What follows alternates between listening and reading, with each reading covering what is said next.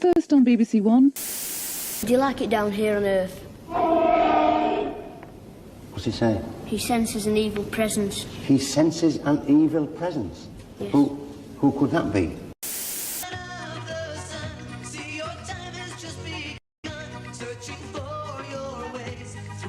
Which 3 months of the year begin with the letter J? Think before you answer.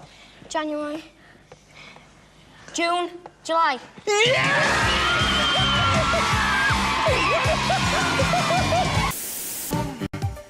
time is right. It's time for you to play your game. People are coming. One false move and I'll run this man through. Oh, goodness me, what a terrible threat. By what creeps, what crawls, by what does not, let all that grows recede and rot!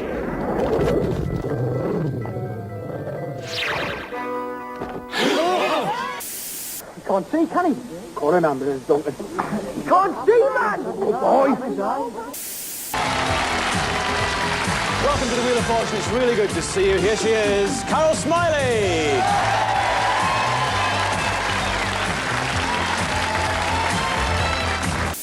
Underpants. On the planet Underwearer, Y Fronto, leader of the Thunderpants team, awakes to find... The magic bloomers of Underwearer, with their amazing powers and sacred gusset, have been stolen. Oh, no, sir. Summon the team, Willie Nix. This must be the work of the evil Bumrah. Yes. He's enjoying himself. Oh, where's he gone? He was there a minute ago.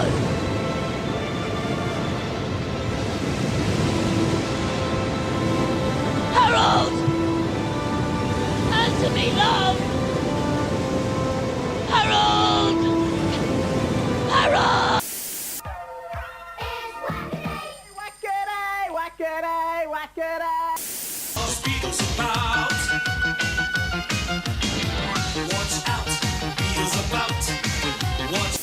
Tom Hardy. Good morning, Tom. Hello. You go round Yeah, here, love. round. Hello there. Nice to meet you. No, sit yourself down. Come on, get comfortable. Easy. Just have a look at your personal details. No, not easy. Hello! Hello there, and welcome to this a brand new game show called Get Your Own Back, the show which gives... Next. Hello, Games Master. The eyeball monster at the end of level 2 in Altered Beast keeps on killing me. How can I destroy it? I must say, I'm rather surprised you haven't... Sync the Pink and the latest Nikam Stereo TV is the reward. Finally, pot the black to win our fabulous mystery Star Prize.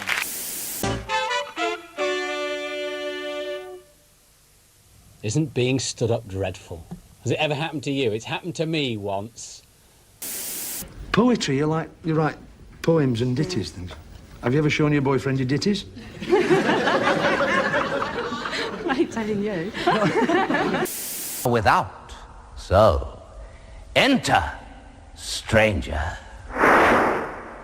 Who challenges my dungeon? David Campbell. You have some small previous experience of dungeoneering, I hope. Yes, I have. Very well. And what reward do you seek here? On smooth milk chocolate, you never forget your first dime. That bloke's a nutter. Oi, nutter! Phew, what a mouthful. And What a here he mouthful. is. You did very well. Hello, how are you?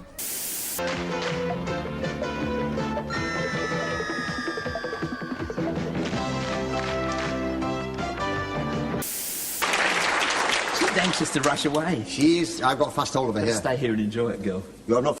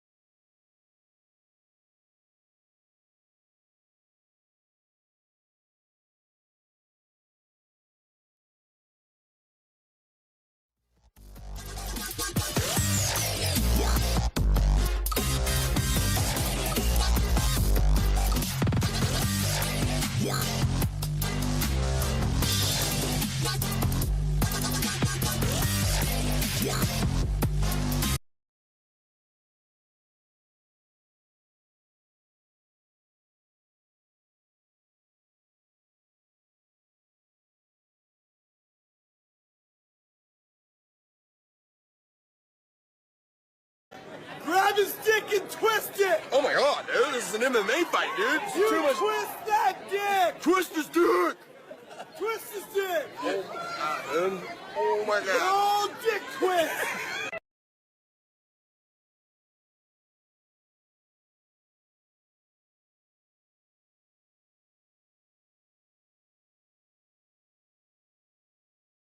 Look at that crack there. Do you know what I can do? I can shove this pole in that crack.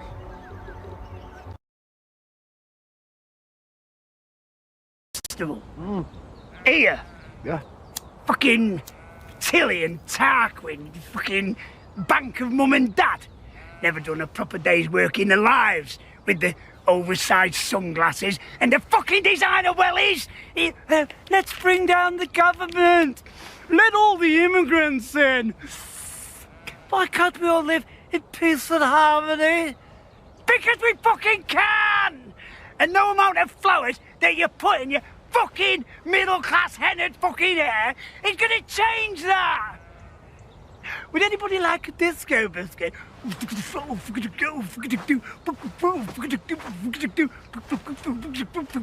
Fuck off!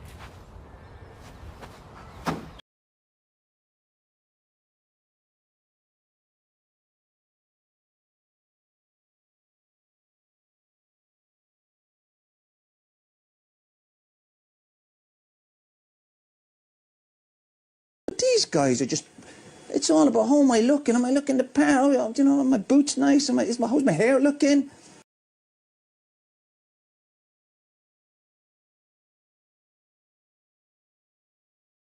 Get on with it. Yes, get on with it.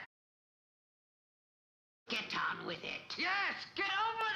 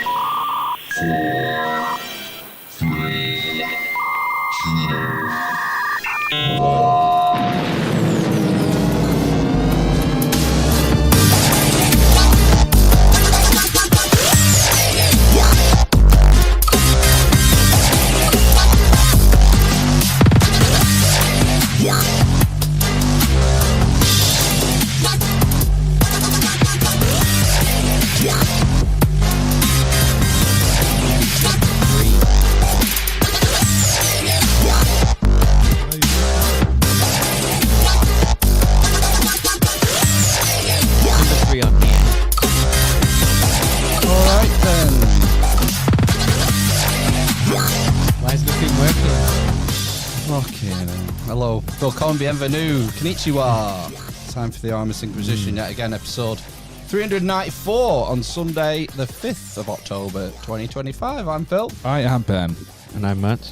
Had an issue with the guest tonight, and I think an internet dropout. Yeah. Wow. So we'll reschedule because time's marching on. We've a lot to get through for part two. So I thought, lots. Yes, it's been a busy week, hasn't it? Yeah. On the interwebs. Things. There's been some things happening. We had a storm. There was Storm Amy. Storm Amy, first named storm of the season. So is that was there not a storm the other week? It was a bit windy. Unnamed. A couple of weeks ago. Did it have to get above a certain threshold to be baptized? Yeah. Yeah, I guess so. Yeah. Yeah. I had to do some emergency French. French. It's emergency French. I had to do some emergency French. Sacre bleu! My French panel has fallen down. I had to do some emergency fence repairs this afternoon. Not French repairs. Although I did conduct the repairs in a French accent. I had to single-handedly manhandle a 6-foot dual-sided fence panel this afternoon. Mad. Did you not get the eldest to at least help? Oh my God, no! Accident waiting to happen. These fucking Gen Zers, they're useless, aren't they? I don't know. I mean, yeah, come on. Are you not just making him useless by not making him hold a 6-foot? I didn't even know he was in the house, to be fair. Right. So the missus went out for lunch with Nana. Right. And I assumed they'd both gone inside. They were all just watching at the window as you were holding this fence panel. Do you think he needs help? It was piss wet through as well. So it was like holding half a ton of water. Trying to thrutch the bastard up. Anyway, it's back in place. Thrutch. Thrutch. Is that the technical term? Like, you don't work in trade. No, you got to thrutch. About thrutching.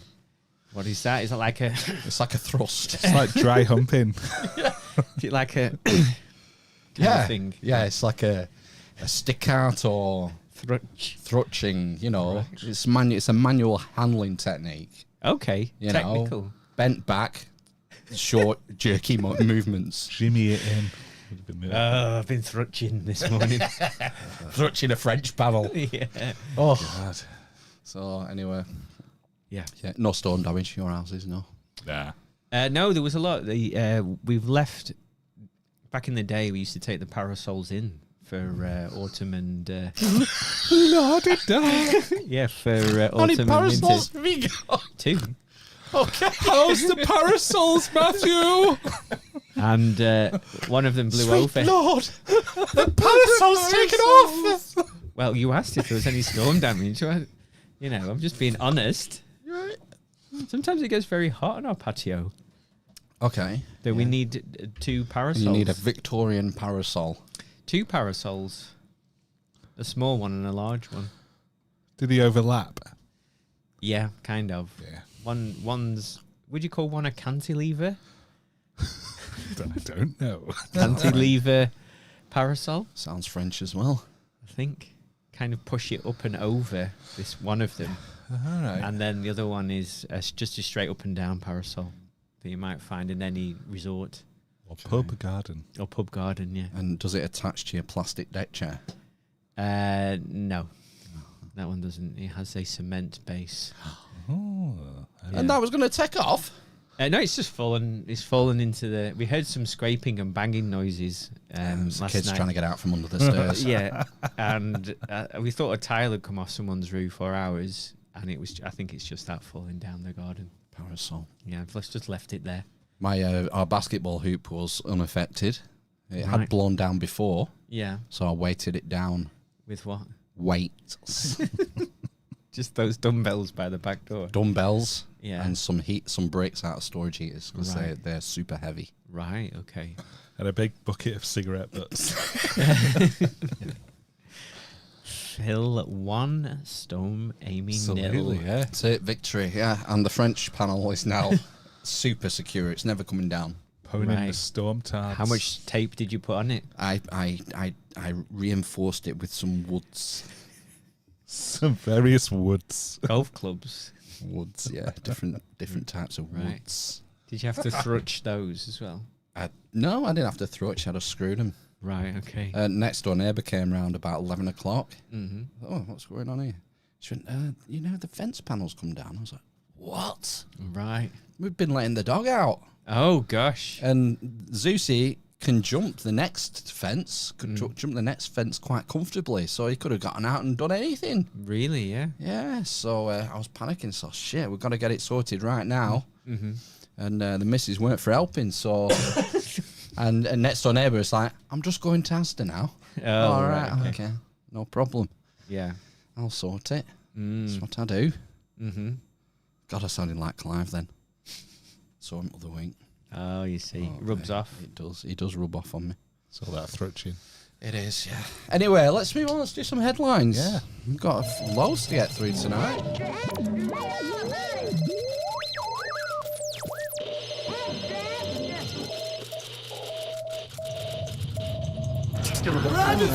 Here. Fucking silly and tart. Fucking bank of mum and dad. This is what happens when Never you done don't a proper day's work in the touch down life properly. with the oversized You just open them all sunglasses up and the for the fucking world and just designer forget wellies. about it. Someone else will sort them Let's out. bring down the government. Let all the immigrants in. Why did they start playing again? Why can't we all live in Yeah, but peace why and wouldn't we harmony? We've switched. Because we fucking can. We've swatched. And no We've amount of swatched flowers scenes that you're now. putting your... See, they're all open, so they replay when you change scenes. Oh, I didn't know. Did you open any others? Get on with it. Yes, you did. That one's just been playing over and over. hasn't it? Yeah. Oh gosh, that was such a slick intro to headlines of the week. Should we do it again?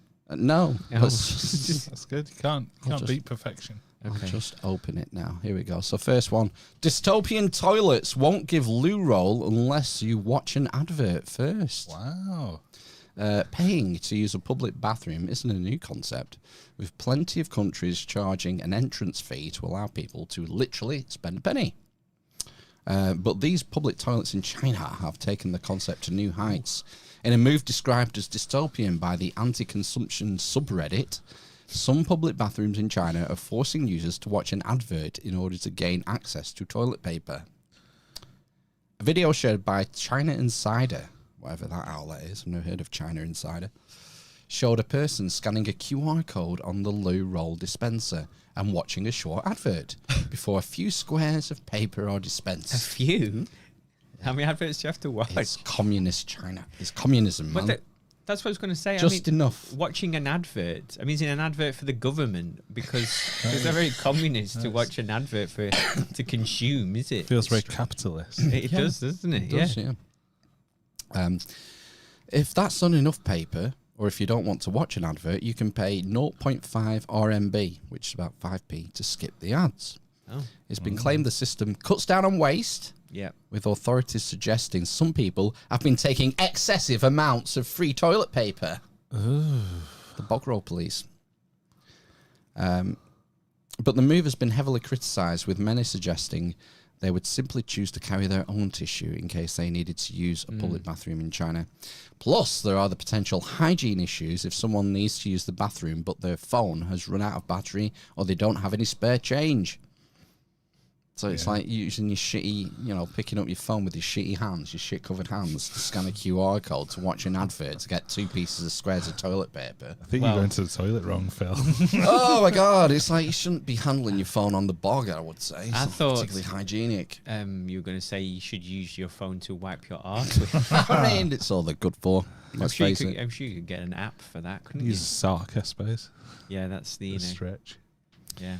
Well, this isn't the first time that China has restricted toilet paper use in its public bathrooms. Back in 2017, public loos at the Temple of Heaven Park in Beijing installed toilet roll dispensers with facial recognition software built in. Of course. Hi! Why? I don't understand. Why? They need to see your face when you're taking a shit. Yeah. Yeah, it seems a bit of an invasion of privacy. Or unless it was because of the toilets were being used for something else, maybe. Oh, what?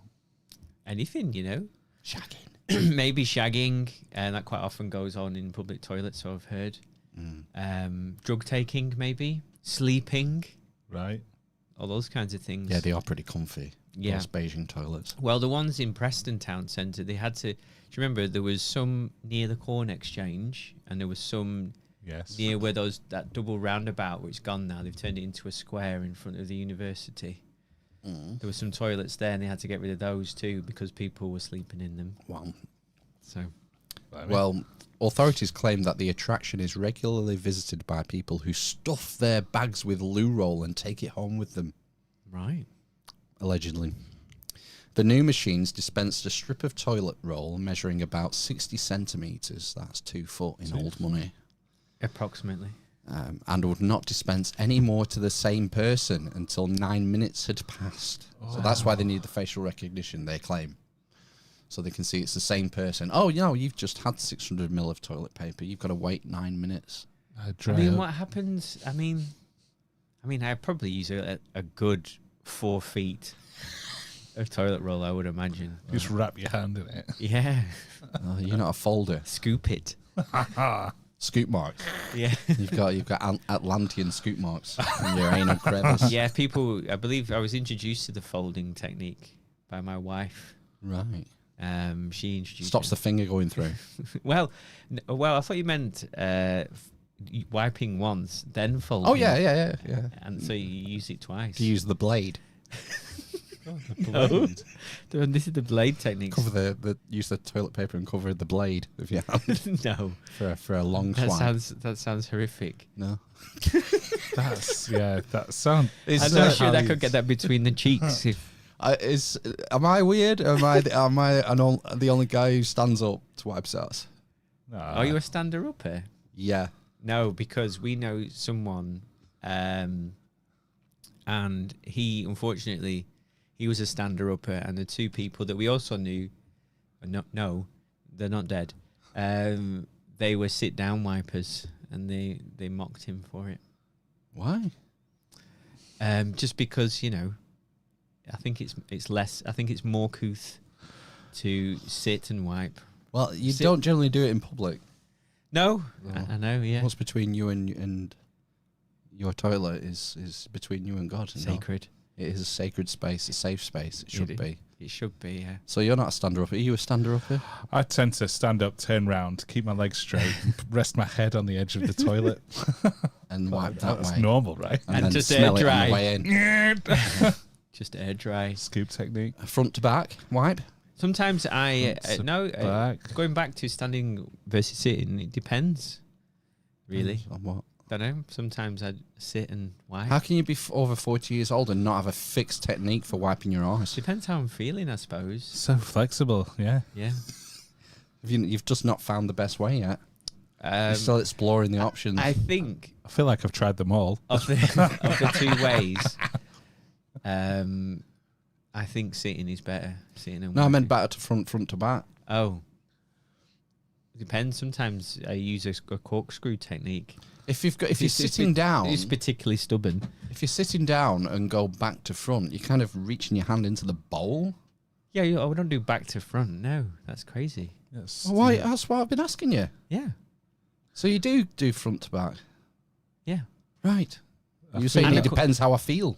Oh, I thought you were talking about Oh, no, standing just or general sitting. technique, yeah. Yeah. I mean, we've done well to draw this out for Yeah, I haven't finished the story yet. 10 minutes. Yeah. What are the podcast awards called? The Poddies. Oscars. Back to the 9 minutes.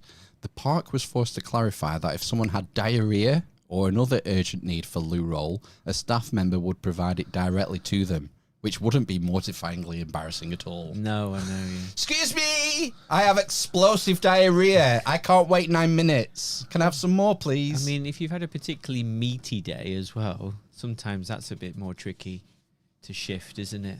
You think? Yeah, I think in my experience, yeah. Shay. Yeah. You need to maybe they just need to boost the fibre intake, the soluble fibre intake. Yeah. Vegetables Ghost and poo's fruit. what you want. Where Yeah. you wipe and there's nothing. Yeah. It's called a Hollywood ending. Yeah, the ghost poo is be a better one. the ghost poo Hollywood is when ending. it travels around the. Oh, and it disappears. Yeah. Right, okay, yeah, sorry. Yeah. Where's it It gone? goes Hollywood ending. I'm sure something fell out of me. It appears to have gone. I certainly feel lighter. Anyone had a ghost poo and a Hollywood ending? Wow, Oh yeah, that's, I mean that's the dream. they normally come together, don't they? Those two. Really? Yeah. What a special life you lead. Yeah. I do believe that the ghost poo. You do believe? I do believe that the ghost poo is less frequent though with the smaller. Anus. Are you going to talk about balls. the UK drains? The small the toilet they've shrunk down the size of the. Aperture. It's not called a U-bend, is it? Shrinkflation. of Whatever the it's U-bend. called. Yeah. The trap. The trap in the toilet. Of the Yeah. them turds. Fucking hell, Starmer's broken Britain. Yeah. I know. We should start a petition. Yeah. Bring back bigger traps Yes. and your crappers. Yes. Bring back the Thomas Crapper. Traps. All right, enough. Have we moved on? We're doing enough potty humour. almighty. Move on to the next one. Oh, mum faces interview under caution after putting envelope in public bin. Bin gate. Wow. Where's this? It's in, well, you find out. North Wales. Flintshire. Right. Natasha Sheldon Lane has been accused of unlawfully depositing of waste and faces a potential fine. The disposal of a plastic envelope in a public bin has landed a mum of two in hot water. Natasha Sheldon Lane, 35, from Flintshire, has been accused of, quote, unlawful depositing of waste. Faces a fine. The ordeal began when Natasha collected a small parcel from an Aldi collection locker. Wanting to ensure she had received the correct order, she opened the parcel and disposed of its non-recyclable wrapper in a black bin on Duke Street, Flint. She thought nothing more of it until a letter arrived from the rubbish Nazis, the Flintshire Council's environmental enforcement team. This alleged unlawful depositing of waste under the Environmental Protection Act of 1990 Called to an interview with an environmental crime officer at the council's depot, Natasha was told she could bring a solicitor at her own expense. As a mother of two who provides full-time care for her youngest child, aged 13, who has additional needs, she cannot travel to the depot. Instead, a crime officer was set to visit her home today, October the 2nd. I spoke to the officer this morning, she said. He told me I could be facing fly tipping charges with a £300 fine. He said he also has discretion to impose a £75 littering fine instead. If I could afford a solicitor, I'd be fighting this all the way. Natasha acknowledges that she made 3 key errors: failing to tear up the plastic envelope to hide her address, confessing to officers that she had put the envelope in the bin, and not understanding that a thin piece of plastic could cause her so much trouble. I'd have been better off throwing it on the floor, she said. My only crime was being honest and law-abiding, placing the envelope in the bin and then admitting I'd done so. What's happened is completely ridiculous. It's causing unnecessary stress to someone who only tried to do the right thing. What's worrying is that council staff are rifling through public bins in the hope of catching someone out. How much is this costing? Council always complains it's strapped for cash, yet they can afford to do this. According to Natasha, she was told she was being held responsible for the entire contents of the black bin, as her item was the only litter found inside with an address label. The officer told me I was the 4th person to be investigated for this offence this week, she said. So what's she done? So she's got a parcel? Parcel from an Aldi collection point. It was clothing, I think. She opened it to make sure the parcel was correct. If it was wrong, I presume she would have immediately bagged it up and put it back. I don't know. Because you can, like, scan it at the... So it's like one of those in-post at Amazon lockers. So she put the plastic, non-recyclable rubbish in the public black bin and went home. But why can't you put non-recyclable rubbish into a public bin? It's classed as domestic waste. And it has to go in your bin. Otherwise, it's fly tipping. Really? There's been several. This is the 4th story in recent years that's actually got some publicity of people being fined for this. Oh, watch out. What a bunch of top tips. It goes to the same place, though. Yeah, but you can get fined, though. Money. Well, what can I put into a public bin, then? Oh, well, let's carry on, because it'll become clear. Okay. Natasha spoke out in the hope of warning others about the pitfalls of litter disposal. Whilst her plastic wrapper was marked as non-recyclable for household bins, she's since learnt it could have been voluntarily deposited in soft plastics recycling containers in supermarkets and co-ops. It's really sad that people are being targeted who are only trying to do the right thing. I understand there are some items that shouldn't be put in a public bin, like diabetic boxes containing used needles. But a non-recyclable plastic parcel wrapper? Where's the common sense in that? The most annoying thing is that I live nearby. I can see this bin from my house. Oh, God, imagine. Every day I see older people sitting down nearby to read their letters. Will they be targeted too? When Natasha shared her experience online, it sparked fury. The outrage was intensified by rapidly increasing council rates. Reduced litter collection. So in Flintshire Council, it's once every 3 weeks now for your black bin. I know, they're talking about rolling that out on your once a month. Yeah. What we're supposed to do, got a tip every other week. Well, yeah. So ours is full after 2 weeks, our black bin. You just throw your rubbish over the fence, don't you? Well, now the panel's fixed, I probably can get away with it. Anyway. Where was I? When Natasha sparked fury, the outrage was intensified by, rapidly increasing council tax, reduced litter collections, and a fly tipping epidemic that left some back streets clogged with abandoned furniture and household items. Can we see the connection there? Bin collections have been reduced to once every 3 weeks, and all of a sudden there's a fly tipping epidemic. I know. Who'd have thought it?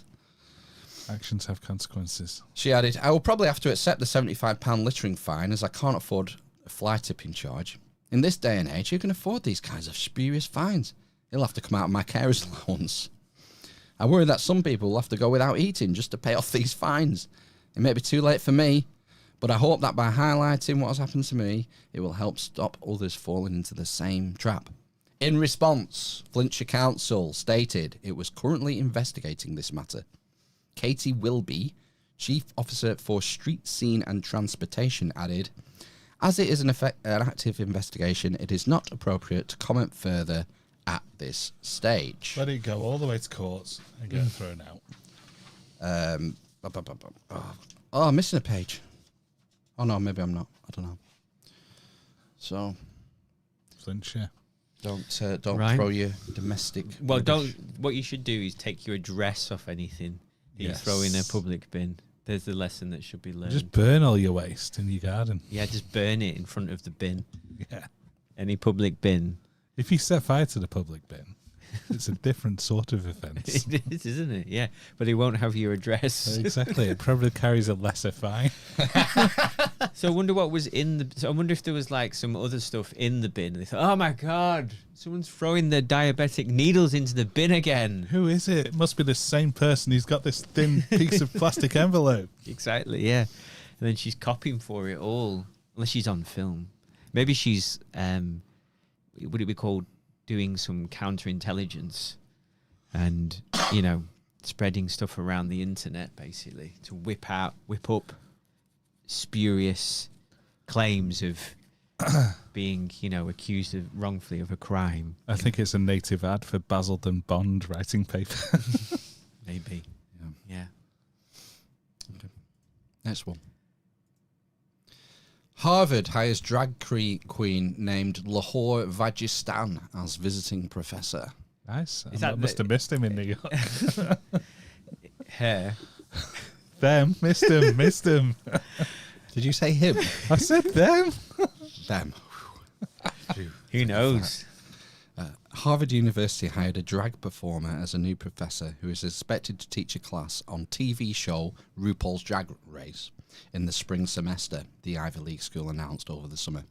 The institution welcomed...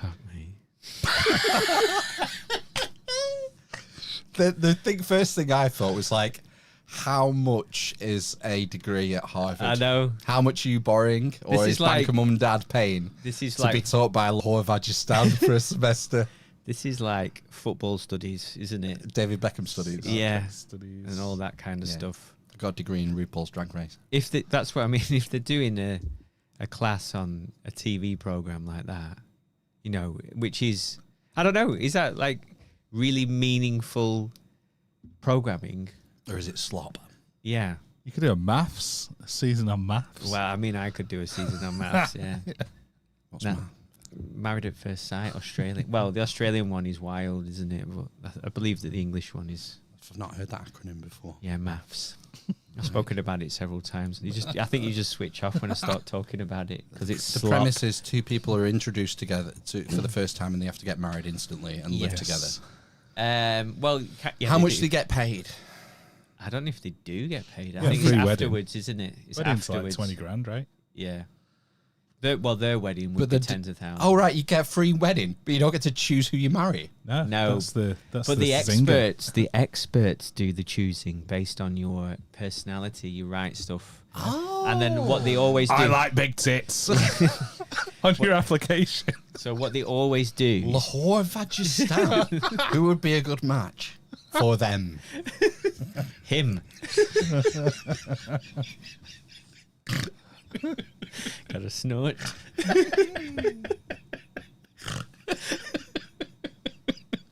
Right, it's more complex than the premise than I thought it was. I'm almost interested now. But what they do is they suggest that they put, well-matched people together. But I think in one series, generally there's like 2 or 3 couples from like 20 that are actually matched, and then the rest of them they just fight. And so they'll put like Pisces and Scorpios together. Yeah, exactly. Yeah. Well, I wouldn't. Yeah. Yeah. Wow. And the Australian one's wilder. Why is that? Is that because Australians are just wilder in general? Yeah, I think so, yeah. I get fucked, do they, mate? No, mate. What the fuck? Whoa, look at this, Sheila. Get in the back of me, you, mate. I'm going to thrash some fucking sausage into this, Sheila. You're going to frack some sausage? Thrash! Oh, right. God, call back. Jesus, wet. I know. I couldn't hear what you were saying because of the heavy accent. Yeah, it's pretty slick, wasn't it? Pretty good. Pretty on the money. No. What? Right, so the Australian one. I might seek it out and watch the 5 minutes of it. Oh, you will feel dirty after watching it, but it's very addictive. It's very well put together and edited. Well, enjoy that dirt. Yeah, yeah. The last series of it, the Australian one, was Chef's Kiss. Yeah, but it's like no cap. It's like it's like 40 episodes. Oh my gosh. Yeah. Wow. Yeah. Okay. Should we go back to There's Lahore? probably a maths mega cut on YouTube. Yeah, there probably is somewhere. Yeah. But do you not have to watch the whole episode to appreciate? Go for a shallow dive. We've given you all the base. Yeah. The base info. But back to Lahore, Rajasthan. The institution, that's Harvard University, welcomed Kareem Kubchandani in a July message to the college community and revealed that the visiting professor from Tufts University will teach in the studies of gender studies program thanks to the Harvard Gender and Sexuality Caucus. Kubchandani... What? Caucus? It's an American term, that, isn't it? It's like a gathering. Yeah. Synonymous. Sexual gathering. You say. Sexuality Caucus. Gender and Sexuality Caucus. Sounds interesting. Get together and talk about your gender.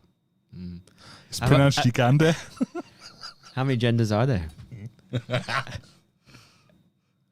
2. No. You say, I don't know, I've only just got here. Yeah, I don't think I'd be welcome at the Harvard Gender and Sexuality Caucus. I'd probably get shot in. Shot in? I was going to say shot in a particular body part and then thought, no, it's too soon.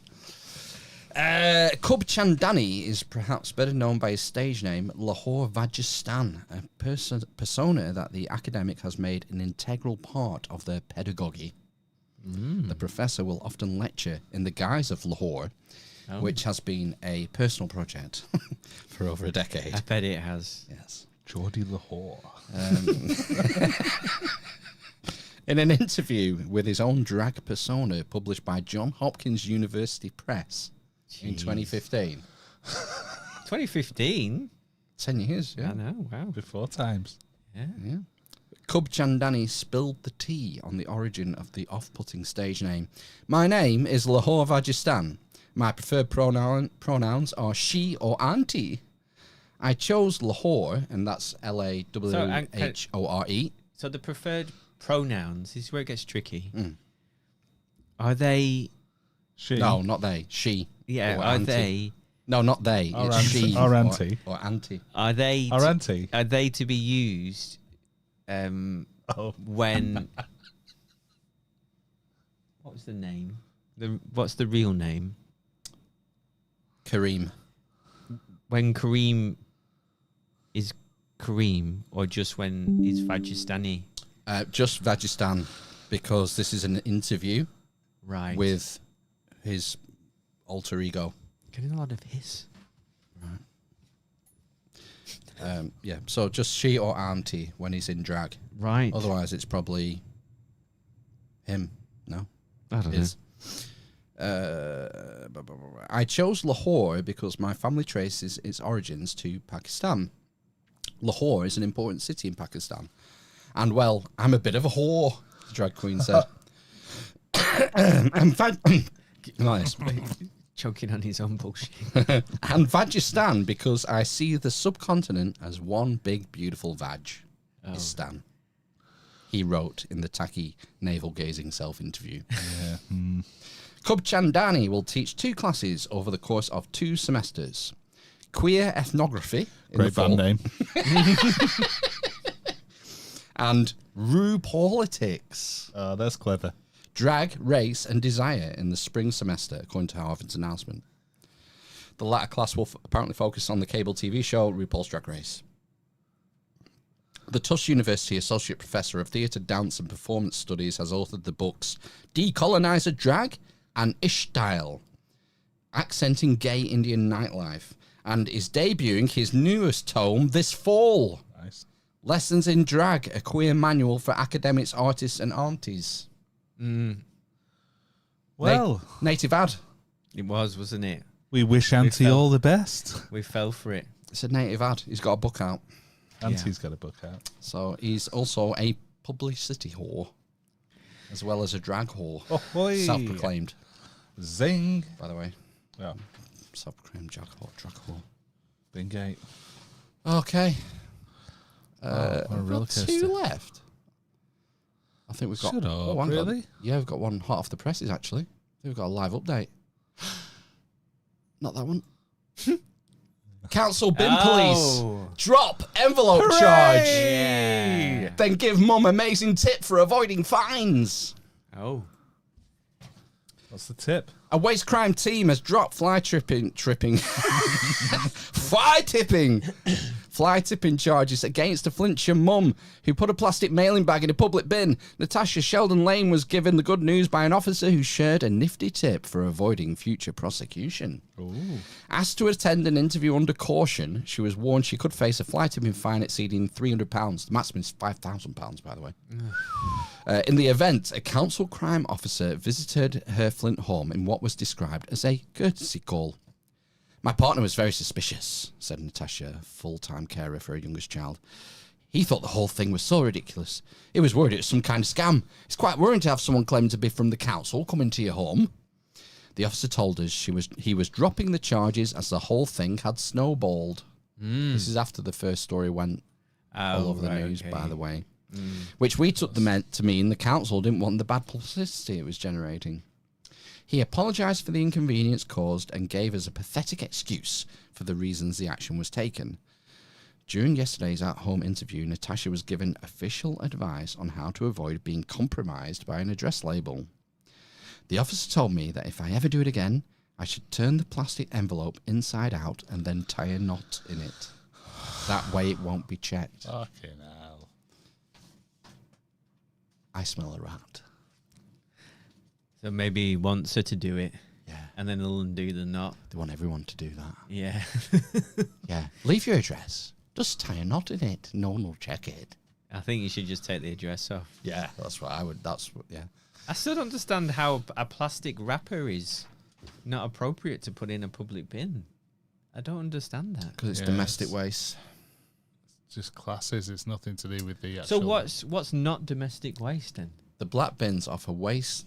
This is a quote, I think, because I think the story got cut off. It's for waste that's produced while out and about. Right. That was how it was defined by the Flintshire Council. But environmental woman. she was out and about picking up. It needs redefining. That's a good point. That would be my argument in court. Yeah, because the post wasn't delivered to her home. It had never entered a domicile. No. Ergo, it is not domestic waste. Yeah. They will argue, well, your intention was to take it home. You took the contents of the parcel home. Why couldn't you take the parcel? Because, Your Honour, I passed a bin. Yeah, exactly.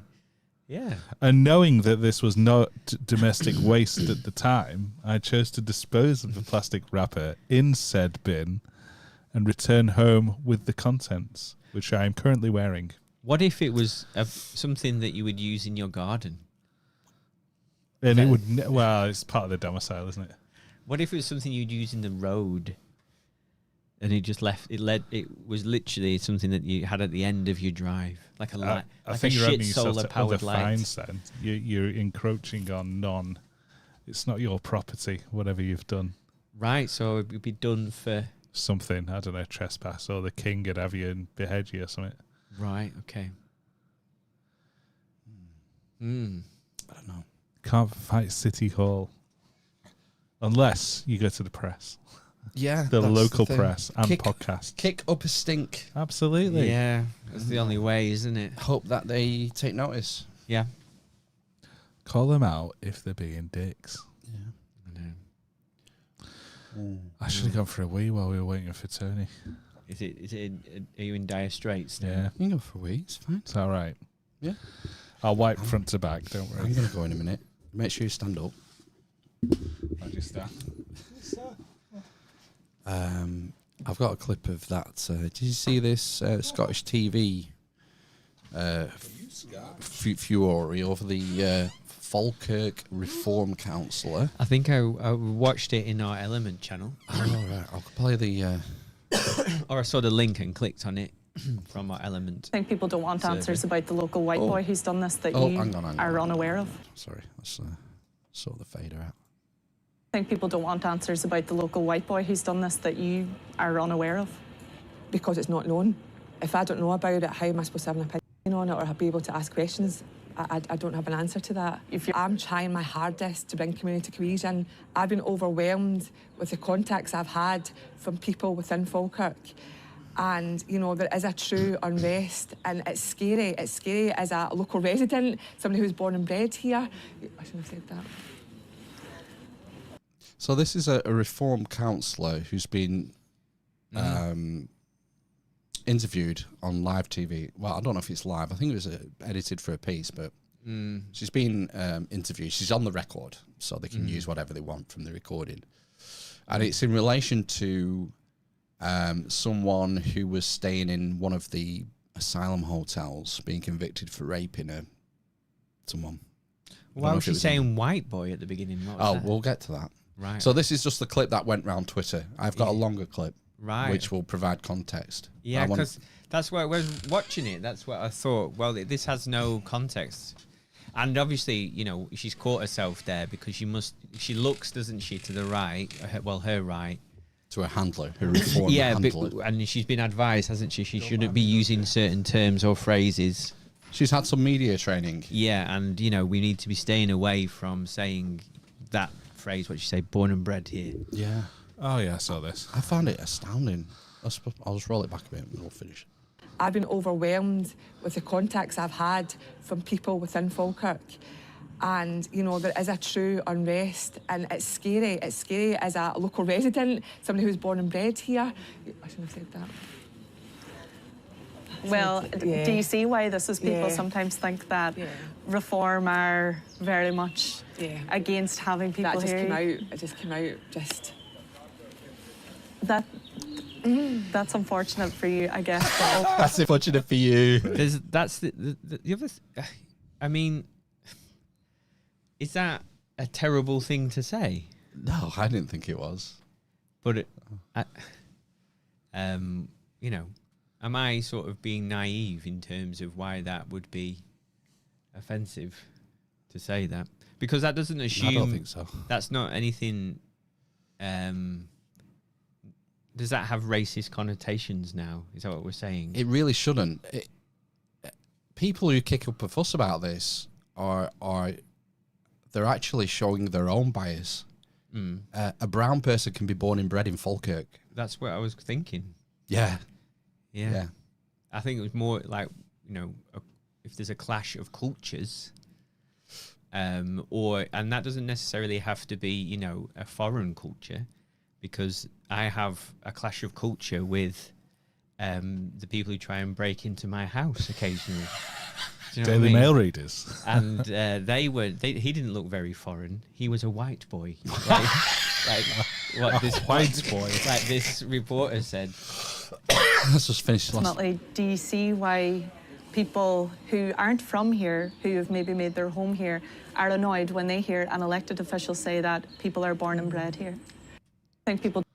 How I took it when she said that phrase, I was thinking, my thoughts was, when she says, as someone who's born and bred here, that means I've lived here for, whatever she is, 45 years. I've seen how things have changed over the last 20. Yeah. That's how I see it. It's including like anyone who's might have arrived here as a child and lived here for 20, 25 years. It's just naturalised. It's a statement of fact. Yeah. I've been here 45 years. It's a lot shitter. It's shittier now than it used to be.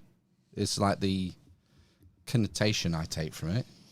That's not the fault of anyone but the people who were born and bred here, right? Why is that? Well, no, I suppose it's the fault of everyone who lives here, who's lived here, who's over the last 45 years, who've, I suppose, voting for policies that have led to the enshittification of Britain over decades.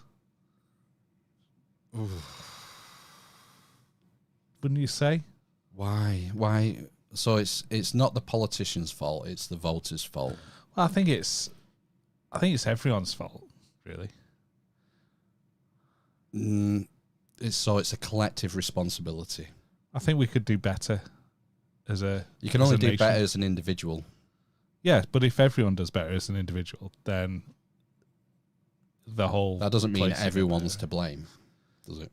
Well, it's almost the opposite side of that. If everyone gets better, then the whole place will be better. If everyone does shit, it's going to get shit. If everyone, what do you mean? If everyone does better, what would be an example of that? Oh, I don't know. If everyone, like, if all of a sudden everyone stopped littering, there was no littering, the streets would be a lot cleaner, it'd be a lot nicer, and that's an individual thing that you can do that creates a better environment for everyone. Sure. But I think over the last however long, since the dawn of time, whatever, people have stopped putting litter in bins, for instance, and they've just thrown stuff on the floor, and it's just got shitty. Do you remember Keep Britain Tidy, Ben? Oh, I do. And where's that now? I don't think it's got worse in terms of litter. I think things have got better. Yeah, in terms all of right. litter. Maybe that's a bad example. That's a bad example, but It depends where you are, though. You know, some Well, places yeah. will have different problems.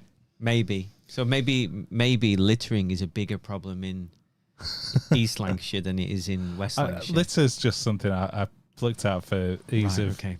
For an explanation. Yeah. What about the health service? Right. What about it? That's larger. Yeah. Would you say that that's got worse? Because I was thinking about this the other day, because people complain about it a lot, don't they? I But- don't. And my experience of the health service has been great for any time I've used it. So I have literally no frame of reference to say the NHS is getting shitter or it's on its knees or any of the other fucking buzzwords that you hear on the media. I've literally no frame of reference for that. Well, that's what I was going to say, because when I've used it for myself or the kids, primarily, and I suppose when my wife's used it, we do tend to get an appointment. You do have to do the fucking 8. Well, actually, no, the last time I went, I rang up and I got an appointment the same day, actually. And I didn't have to ring up at 8 o'clock in the morning. There you go, and that's a common thing. Oh, I have to wait ages to see doctor. No one answers phone. But I just wonder if it's different in different parts of the country. So, like, if you live in a more populated area, like a bigger city like Manchester or Birmingham or London, obviously, I wonder if it is because there are so many more people that live there, or it's grown so much more quickly. So Manchester's population, I assume, has shot up, hasn't it, over the last 20 years? Would you not think? Mm-hmm. Yeah, like everywhere, I guess. And, well, I think more people have been drawn to Manchester and London. We said than last other week places. the population's gone up 10 million, hasn't it, since 2004 when Labour opened the immigration up. Mm. So 10 million, which would have been what? Was that 20%? Was it about 50 million? 59 million? It's gone to 69 million, something like that. I'm not sure. Can't remember the numbers. Mm. But yeah, we've had a big increase in population. Mm. So have we had a concurrent increase in services? I don't know. I know, yeah. But that was just an interesting thing, I suppose, my own experience. But I suppose I've not had to go for anything serious, and go onto a waiting list for, like, cancer treatment, for example. See, this is what I hear. And I hear about people waiting years for operations. People I know, But again, I suppose if you know that's them, the other slightly side of better. it, isn't it? I don't really hear about GP appointments. People don't. But again, you only hear the bad news generally. Yeah. You don't hear the good outcomes. No. It's bad news travels fast, as they say. Mm. But yeah, I hear all the time about people. I work for people all the time who seem to slip into conversation. I'm on a waiting list for a new knee or this or that or the other. So I do hear it. But again, I don't have any personal experience because don't really have, at the moment, touch wood, not many issues going on in that department. But I know someone who's having a knee done on the 11th of this month. And I don't think he's been waiting very long at all. What did he do? Went on the NHS and said, "Can I have a new knee, please, my machine?" Is there a form to fill in? I wonder how long he's been waiting for. I don't know. I'll ask him when I see him. Yeah. We can analyse. It'll be triage though. No, he's getting it done. No, I mean it'll be triage. Who's the greatest need? Oh, right, okay. If yeah. his Yeah, knee's of course, dropping yeah. off, Yeah, No yeah. pun intended. and if people continue to arrive, whose knees are going to give away next Yeah, week, they will keep yeah. getting to the front of the crew. Which I totally agree with, and I don't think But anyone if you're in would complain pain, with that. you're in pain and you need a new knee, but you're seen as not as urgent as people someone who whose keep knees arriving, dropped off. then it keeps going to 9 months, 12 months, 12 months.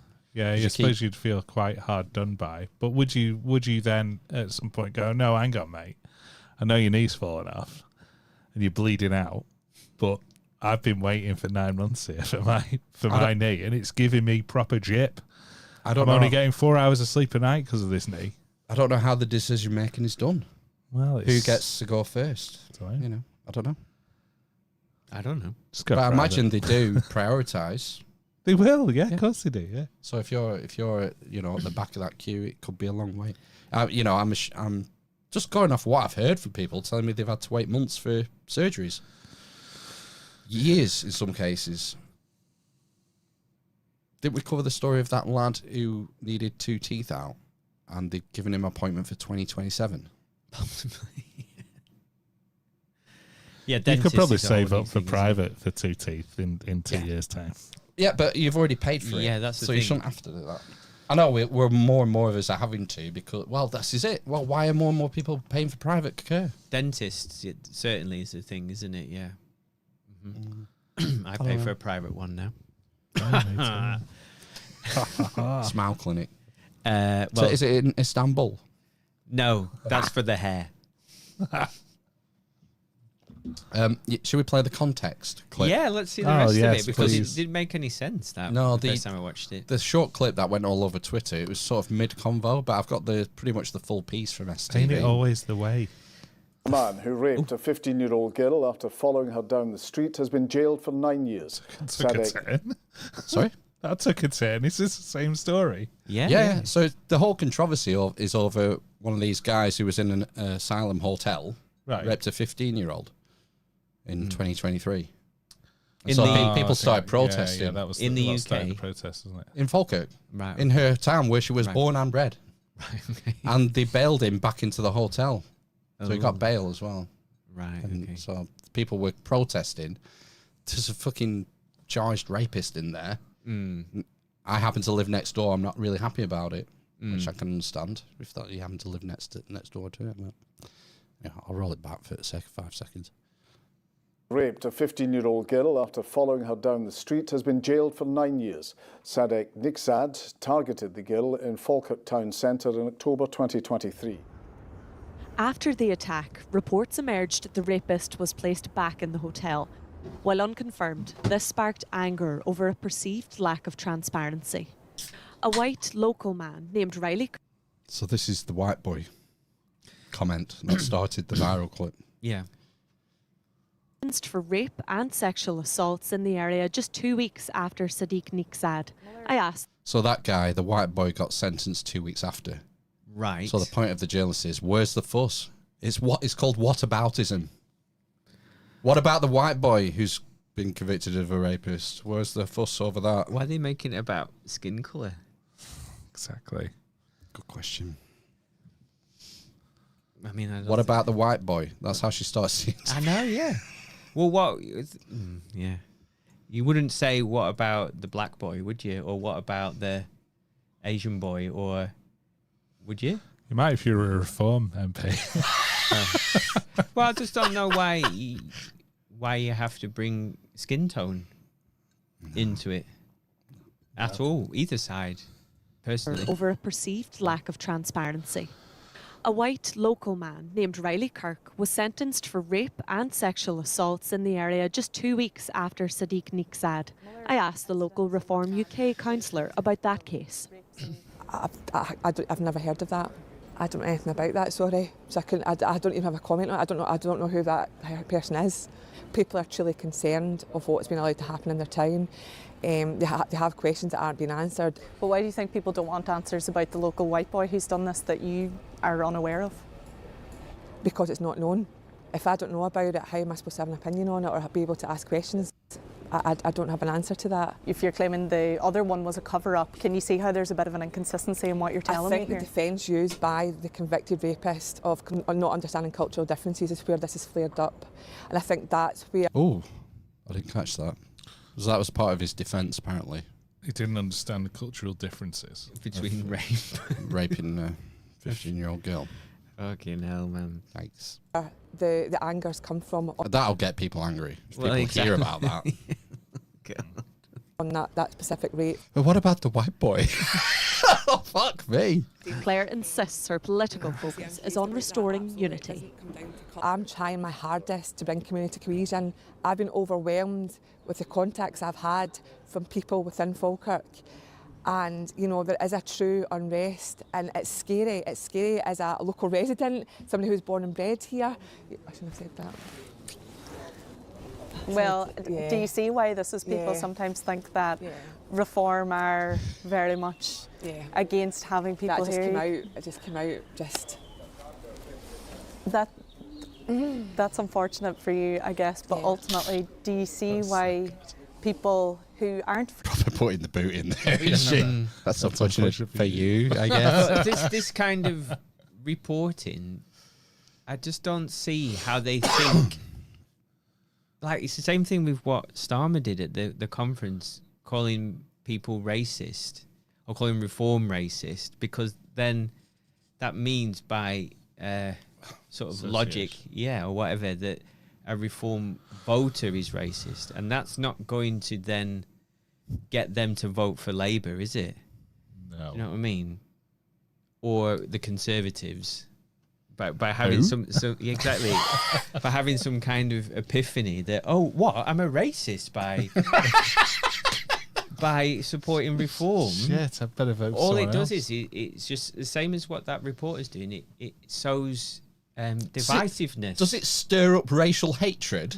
Yes. Because that is a crime in the UK. I mean, I would say it certainly doesn't help, does it? No, I imagine if you were a Reform voter, you would be very irked by that report, and it would make you go further into supporting that. I don't think it would make you question it personally, the way that was done. I've not done a deep dive on this, but I was in. What caught my ear was at the beginning of the thing. The piece, when it shows the screenshot of the white boy, it's described as a white man was sentenced. Right. Then the reporter used the term white boy. Yeah. I thought, oh, inconsistency here. Let's have a look. But I didn't go too deep. But basically, the white boy was charged with a rape when he was 14. Oh, right. Oh, gosh, right, I've hard to space. That's a new one. And I think maybe another charge of sexual assault or rape when he was 17. There may have been some reporting restrictions on the case. Yeah, when he was because the guy's a 14. minor. Yeah. But when he was sentenced, he would have been 20 years old. Right. Okay. So might be why no one made a fuss of the story when it came out. And why she didn't know about it, the Reform Council. Possibly. I don't know. I'm not... I don't know. But it could have been underhand. That's all I'm suggesting. The way it was targeted to the whataboutism about the white boy. It was a 14-year-old at the time. It probably would There have might been be something there. I don't know. It would have been better picking something that was widely reported if you wanted to make that. If you want to make a point. Yeah, rather than something like that. Maybe I don't know. Maybe it was. We're not in Falkirk. Maybe that No. other story was widely reported. Yeah. But if it was a minor, then his identity probably wouldn't have been made known. Mm-hmm. In fact, almost certainly wouldn't have been made known, ethnicity or not. So I don't know. More to see there, I think, than what meets the eye. Maybe Transformers. Yeah. The journalism now is such a sport, isn't it? It's almost like feeding frenzy, battlegrounds. Yeah, media feeding frenzy. Mm-hmm. And the kind of. You can see journalists sometimes when they go in for the kill, and you can see them riley. Like Laura Koonsberg's great for it over the years. Your Laura K clip coming up. Oh, is there? Excellent. But you can see them where they switch and they go, right, I can smell blood here, and then boom, go straight into usually a politician. LBC's good for it as well. Almost any show on there. There's a few on there, isn't there? But it's like it could almost be a sport bigger than, football.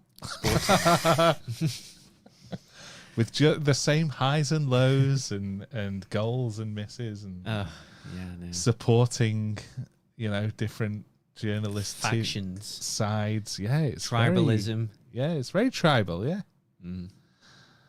Interesting. Can't we just get along? No, because we fucking can't.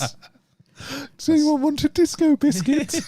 Let's see what's coming up next. First on BBC One. Oh, God.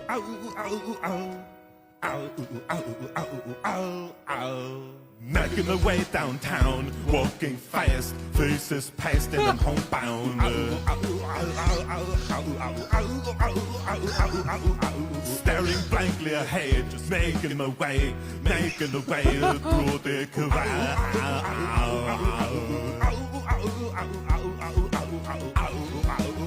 And I need you, and I miss you, and now I wonder. Housekeeping. What the fuck? Housekeeping.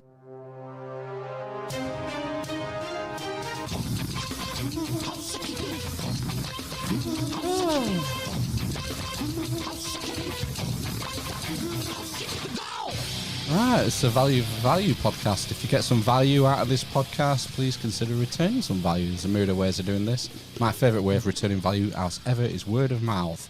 Whether you're in YouTube, oh no, you're on YouTube now. You're in Facebook groups, Discord servers, Telegram chats, pages, I don't know, wherever you are online, digitally, not with your fingers, but with your fingers, digitally. Share some links. Help us get the word out, get more people involved, becoming producers, spreading the message, and help keep this shit show sustainable. We'd love that. And if you want to keep in touch with us and, keep your ear to the ground of all things Amish Inquisition, why not sign up to the newsletter? It's not a terribly drawn-out process to do this. You just have to send an email to the amishinquisition@gmail.com, and in the subject title, just say newsletter, please, you shits, and we'll add you to our GDPR compliant list of people we send a newsletter to, and you'll receive it every month at the start of the month, and in there's lots of cool articles. There's lots of opportunities to find out who's coming up in the show in the coming weeks, upcoming guests. You might learn a few little tidbits of information you don't already get from the podcast on a Sunday evening.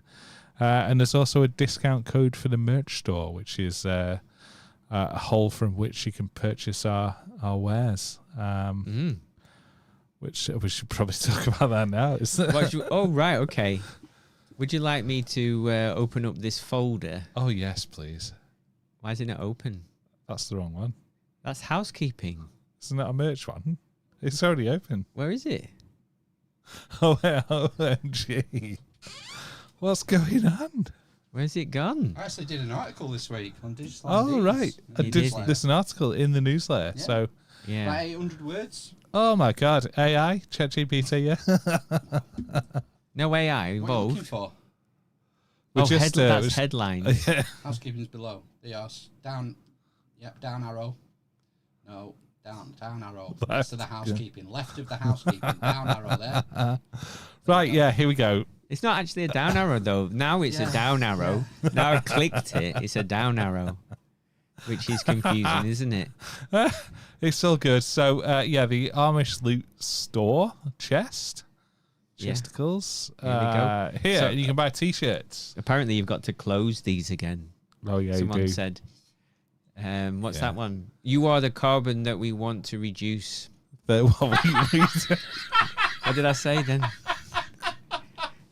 It's they. It's the eternal they. Them. Oh, okay. That everyone bangs on about. No one knows who they are, but they want to reduce your carbon. Okay. Is it him or auntie? Auntie wants to reduce your carbon. A Bacon Nuts t-shirt. It's my favourite. It's got massive testicles on it. A Bacon Nuts mug. That's also got big testicles on it. 3 weeks to flatten the earth. No testicles on this one. and a literally communist hoodie. That hoodie's available in other options, right? I mean, I think you can get it in Mall. I think you can have anything on anything, right? Mm. If you have a custom request, just send us an email at the Amish Inquisition at gmail.com. And it will be promptly ignored. So you can join us on the Element server as well. So that's a nice way for us to all connect. We used to be on Discord, but it got bombed. And now we're on there. So in there, you can send us news, articles, video clips, sound clips, anything you'd like to. You can request a birthday shout out. Oh, can you? Make guest suggestions and request Focus Chi. Yeah, we had a guest suggestion for tonight. Yeah, this was tonight's. We did, actually, yeah. Tonight's was a guest suggestion. Send us good guest suggestions.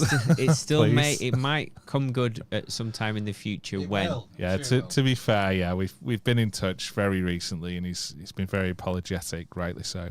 And oh wow, rightly so. We might see him in the future. Right, okay. If we deem it necessary. Absolutely. Maybe on the 26th, I don't know. By the sounds of it. So, Focus Chi. Focus Archie in your direction. General direction.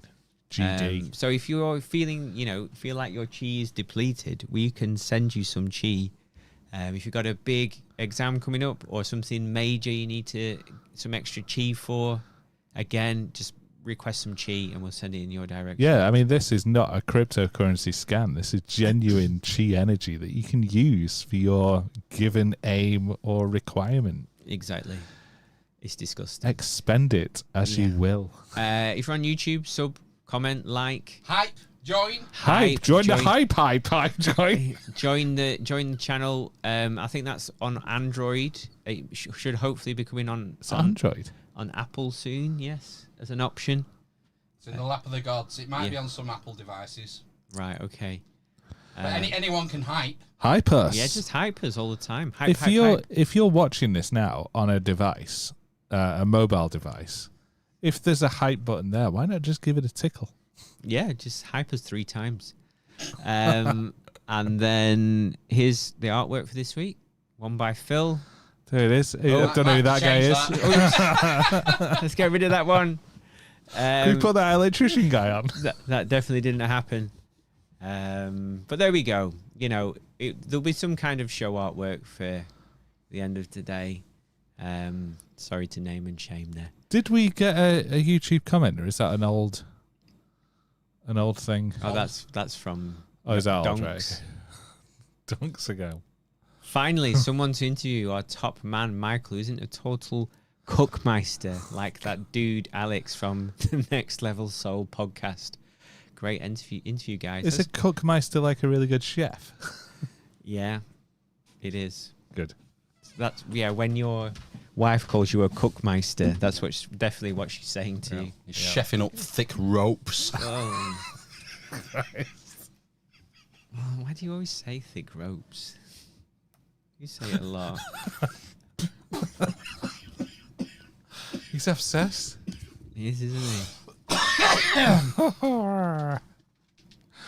Cool. What else is there? I think that's it. Have we done all housekeeping already? Yeah, we need to thank the producers. Oh no! What's the best way to become a producer? Give us money. Toss us a coin. Toss us a coin, yeah. It's a different one again. I have to listen to it now, neither we.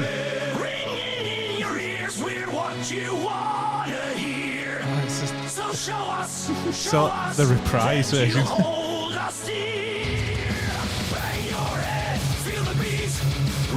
Against the silence.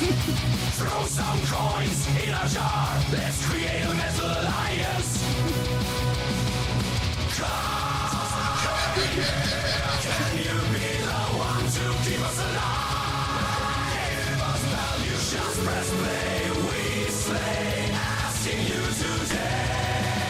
Yeah, if you go down to the show notes, there's a PayPal button there, or buy us a coffee if you're not into PayPal. Sign up for a one-off donation or a monthly recurring sustaining donation. Every penny counts. So tails, your choice.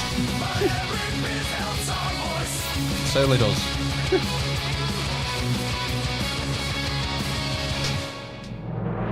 Throw a coin, join the noise, be our metal savior. Help us deliver. We're the sound, thunderbound. Can you feel the power? So toss us a piece of your treasure. A beautiful thing. Yep. And with that said, I think it's time we thank the producers for episode 394. It's time to big up the man Dems. Yo. Look, producers, we have Rona Kesson and Matthew Chin. Thank you so much. Amazing. They are, aren't they? So amazing. They are. Yeah, they are. So amazing in their love. You are extremely cool, guys. Literally. The best, mate. The dwarf, the currants, the grape, the Homophobe. The wings. the based Sigma Chad, the corn pop, Chance. The number 11. the blind man, the big chungus, the cripple, and the mother. Money Pickering! From hell. Are you retarded? I don't get it. Never will. Nice. Because I believe I have an issue in this respect. Control, situation normal. Okay, thanks for your support for another week. So welcome. Oh, man. We have to do end of show ISOs, and Matt's not here. Matt will choose two. The casting vote. Let's see. I think it might be a clean sweep this week. It could be, yeah. Well, I can't even remember what they are. I've just spilt Doombar on the keyboard. It's a surprise for all of us. Yeah. I've got three. Doombar's changed, man. They can, yeah. I don't know how I feel about it. No, I like the.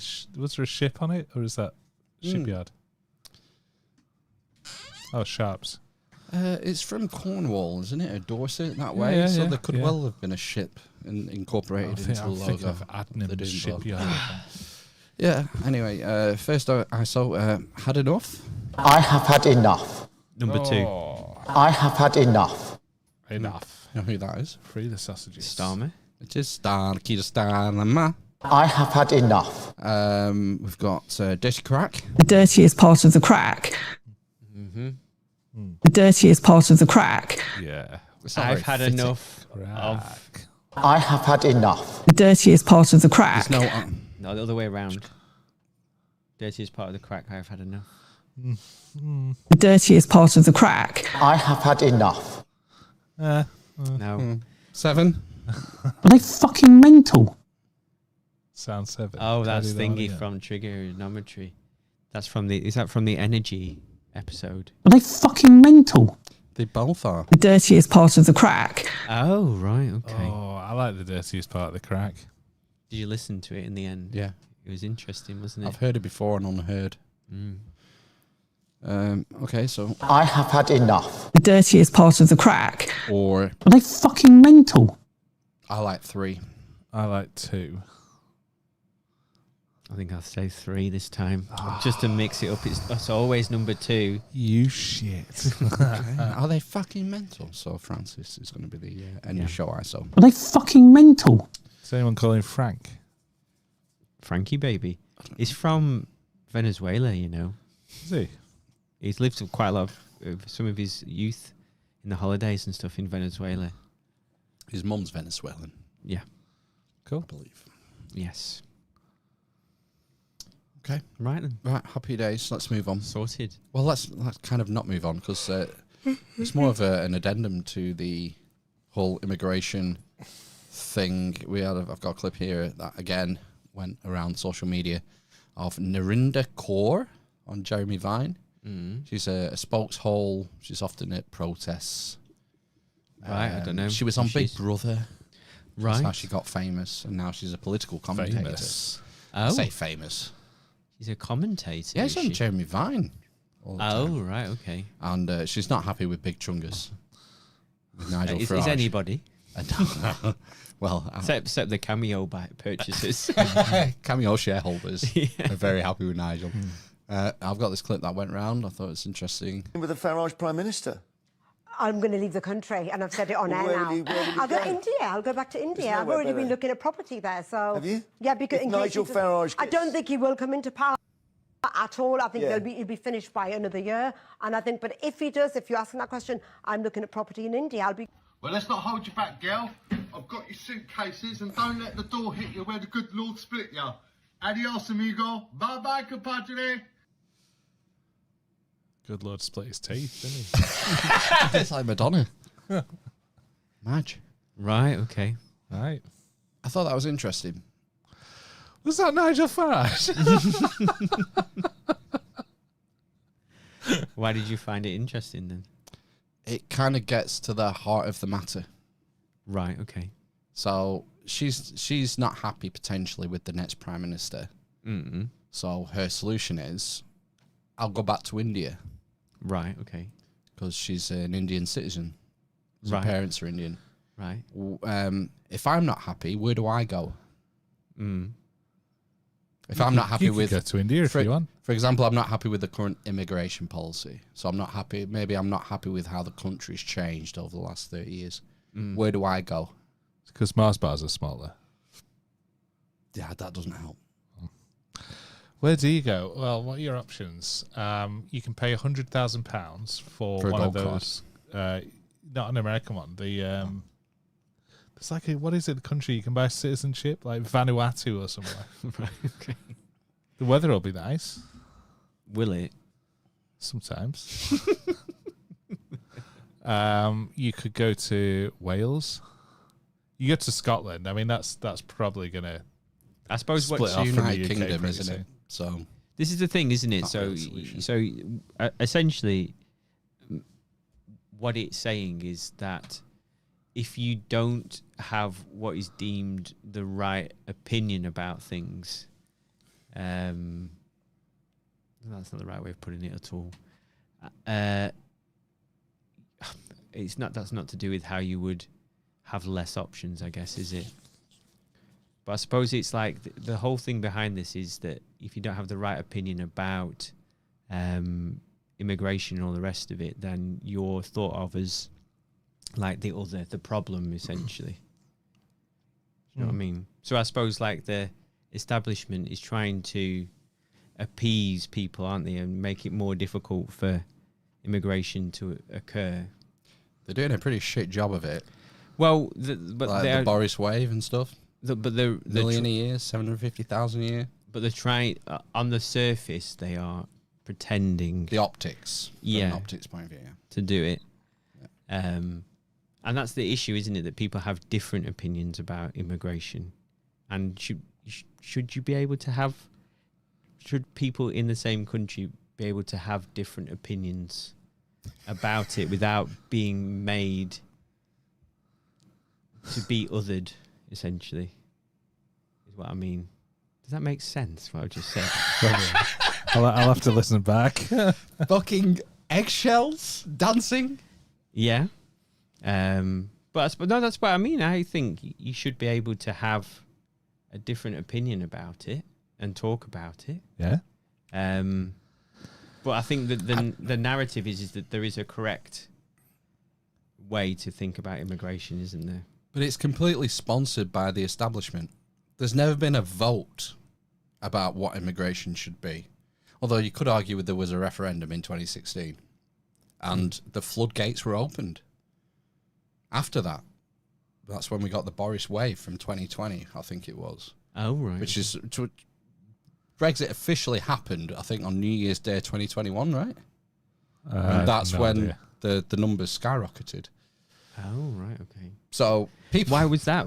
So the left made this big deal about the Brexit referendum being all about immigration. Well, if that's the case, why did immigration shoot up after after it was implemented? What was the difference of being part of the European Union that would keep immigration free lower? movement? No. So if you're in the EU, you have free movement of people. Mm-hmm. So if we'd have stayed in the EU, you could have moved to somewhere else if you weren't happy with the. Could have moved to France. Wouldn't have had to go to India. You could have gone to Netherlands or. You wouldn't have had citizenship. You might not have been entitled to any sort of government help if you required it. Yeah, or if you healthcare. required it, I suppose. Healthcare. There was You the EHIC card, wasn't there? Yeah, but I mean, I don't know how it works if you move to Spain. Maybe you'd have to be back in the UK for 90 days a year. I can't remember Yeah. I mean, the point is that it's kind of ironic that she's saying, I'm going to go back to India because she's a citizen there. She has full citizenship by blood. Whereas the people here who are kicking up a stink about immigration don't. Oh, yes. You know, you could argue, well, they're doing that because they have nowhere else to go. This is their country. They're born and bred here. Oh, that's unfortunate for you. I know, so that's maybe why it affects people on this sort of visceral level. It gets people out, motivated to go out protesting outside of hotels and all that shit. Painting roundabouts. You know, painting roundabout. I mean, yeah, the whole... Did you see Starmer they were handing out the flags before his party conference speech? No. And he was egging them on to wave your flags. Right, okay. Fuck, you know. Trying to reclaim the Union Jack, or was it? Or the... I saw the Queen ones. They were handing out flags there. Yeah. Really? They do it protests. You get these Soros-sponsored protests where they hand out the pre-made flags, you know, tabards, placards, whatever you call them. Tabards. Did the ladies protest? Your patards, hoisted by your own patard. Tabard. Tabard. Hoisted by your own placard. So, anyway, should we move on to the Labour Party conference? Oh, yeah. I've got, you mentioned her before, Shabana Mahmood. Yes. Who's the new Home Secretary. Oh, God. It's amazing how nearly everything that came out of the Labour Party conference was Nigel Farage Chungus focused. Yeah, heard that. That's what this is. Kind of obsessed with him. Well, this is the thing, isn't it? That's how much of a problem he is, that everything is targeted towards him, yeah.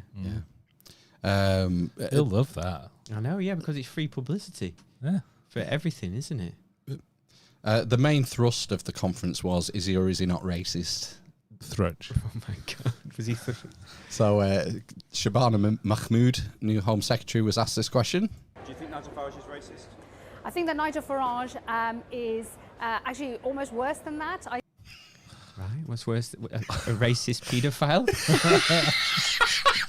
PDF file! You can't say that on YouTube. Oh. But you hear the journalist say it in the background because he's kind of astounded. Nigel Farage is racist? I think that Nigel Farage is actually almost worse than that. I think he knows exactly what he's doing. I think he's being extremely cynical. He knows that with some of the policies he's put forward, which are on indefinite leave to remain, for example, immoral and in my view extreme, he is sending that dog whistle to every racist in the land, but he wants to retain some respectability for himself whilst he does it, and that's what we're challenging. Do you think he is racist himself? Look, it's for Nigel Farage to explain who and what he is. I'm saying I can see that behaviour. No, I can see. No, he's worse than that. I can see the behaviour that he's indulging in, and I'm calling it out. Well, if it gets too bad, at least you can go back, you know, like Narinda. Go back to the mother country. Well, maybe she can't. Depend how far back it goes or something. No, it's parents. If your parents are born in the country, then her parents might not have been born in. I think they were. All right, well then she can. Because she's 50 odd. I don't know. And that would be Pakistan, I think, rather than India. This looks good for 50 odd. Oh, not bad. Oh. Thrutchin. Yeah. Right. Yeah. That was an incitement, a comment of incitement. Was it? Oh, is that more journalistic Sunday League? Yeah. Right. I don't know. I just like the fact she said he's almost worse than a racist. Almost worse. I mean, what is culturally worse? There's no option. PDF file, I think, is or a rapist. No. Right, okay. If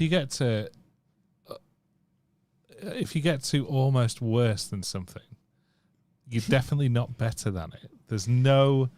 You're past being it, and you're almost worse. So there's literally no. He's a Nazi. That was the other thing that was. Oh right. So next, we've got David Lammy. Right. Okay. Deputy PM now. one unfortunate accident from being the next Prime Minister, was also asked about Nigel Farage. Oh, no. Is Nigel Farage a racist? Are we getting a theme here? Is he a racist? It's the same. It's not the same, even the same channel, but the question's the same. Is he a racist? I answered your question. I'm not going to play the man. I'm playing the ball as our leader did. Now, this is Journalism refreshing. sport. Yeah. Sorry? Journalism sport. Yeah. He's playing the ball. He's not going to get into personal attacks. This is important. You know, Keir Starmer, it seems, sent out some sort of memo saying, don't get drawn into a personal attacks, man. Play the ball, not the man, is the football analogy. And he's a massive Arsenal fan, isn't he, Sir Keir? He loves those complimentary tickets at the Emirates, doesn't he? Yeah, 30 grand a year, 40 grand a year for his box. Massive arse. Yeah, so we're not going to get drawn into personal attacks. Good shout, David. You're impressing me. Nigel Farage a racist? I answered your question. I'm not going to play the man. I'm playing the ball as our leader did. Good. I will leave it for the public to come to their own judgments about someone who once flirted with Hitler Youth when he was younger. What? He flirted with the Hitler Youth. I will leave it to the public to come to the following judgments. That's He an was example. doing so well. Playing the ball, not the man. I thought that's basically what I think they should have done. That first bit. I got it. Yeah. He didn't. Was there even a follow-up question? Did he just volunteer that? No, he just Nigel Farage a racist? I answered your question. I'm not going to play the man. I'm playing the ball as our leader did. I will leave it for the public to come to their own judgment. There wasn't even a follow-up question. He just launched straight into it. By the way, he flirted with the Hitler Youth. Where's the Hitler Youth thing come from? It's about someone who once flirted with Hitler Youth when he was younger. That is for the public. How old does he think Nigel Farage is? I'm pretty sure the Hitler Youth was disbanded in 1945 after the guy died. Whoa. Nigel Farage was born, I think, in the mid-60s. Is he talking about the National Front or something then? Is that what he's getting confused with? I think the Hitler Youth is a pretty specific organisation. Well, yeah, I know, but... Is it confusing it with Scouts? They look the same, didn't they? He was in the Boy Scouts. I knew it. Ah, well, there you Hitler go. Youth with his woggle. Yeah, I thought that was quite astounding. But obviously, that's quite an incendiary comment to make. Yeah. On the mainstream. So fast forward a few hours. They also suggested that Nigel Farage had flirted with Hitler Youth. Now, the party have said that's totally untrue, that's libelous, contemptuous. What did you mean by that? I think there were some articles circling around from a teacher, but I wasn't at school with Nigel Farage. I don't. What? So he said he was in the Hitler Youth, but then the reporter said that's libelous to say that. Is that what she's saying? I think I'm guessing the Reform Party said that it's scandalous and potentially libelous. Well, I'm sure it is. Yeah. He accused someone of being in the Hitler Youth. And he said when he was at school, there was something. He said, I wasn't at school. Oh, that's windy back. They also suggested that Nigel Farage had flirted with Hitler Youth. Now, the party have said that's totally untrue, that's libelous, contemptuous. What did you mean by that? I think there were some articles circling around from a teacher, but I wasn't. I think there were some articles circulating from a teacher. Yeah. Presumably an ex-teacher of Farage's. Yeah. At school with Nigel Farage. I don't know what songs he sang at school, so I'm happy. What? Yeah. He's just doubling down. It's bizarre. No evidence for that suggestion. I'm happy to clarify. I did say it's for the public to make up their mind, and I did also emphasise that let us play the ball, not the man. It's not my intention to play the man, Nigel Farage. In fact, I did a show with Nigel Farage and LBC a few years ago. Let us concentrate on the ball, the policy. They're all pals, man. They're all pals. I know, yeah. He give it away there. I used to do a show. It's a show. Yes. Policy, which is the deportation policy. His policies on the NHS, which I think is to charge. You think? Is it or not, David? You think?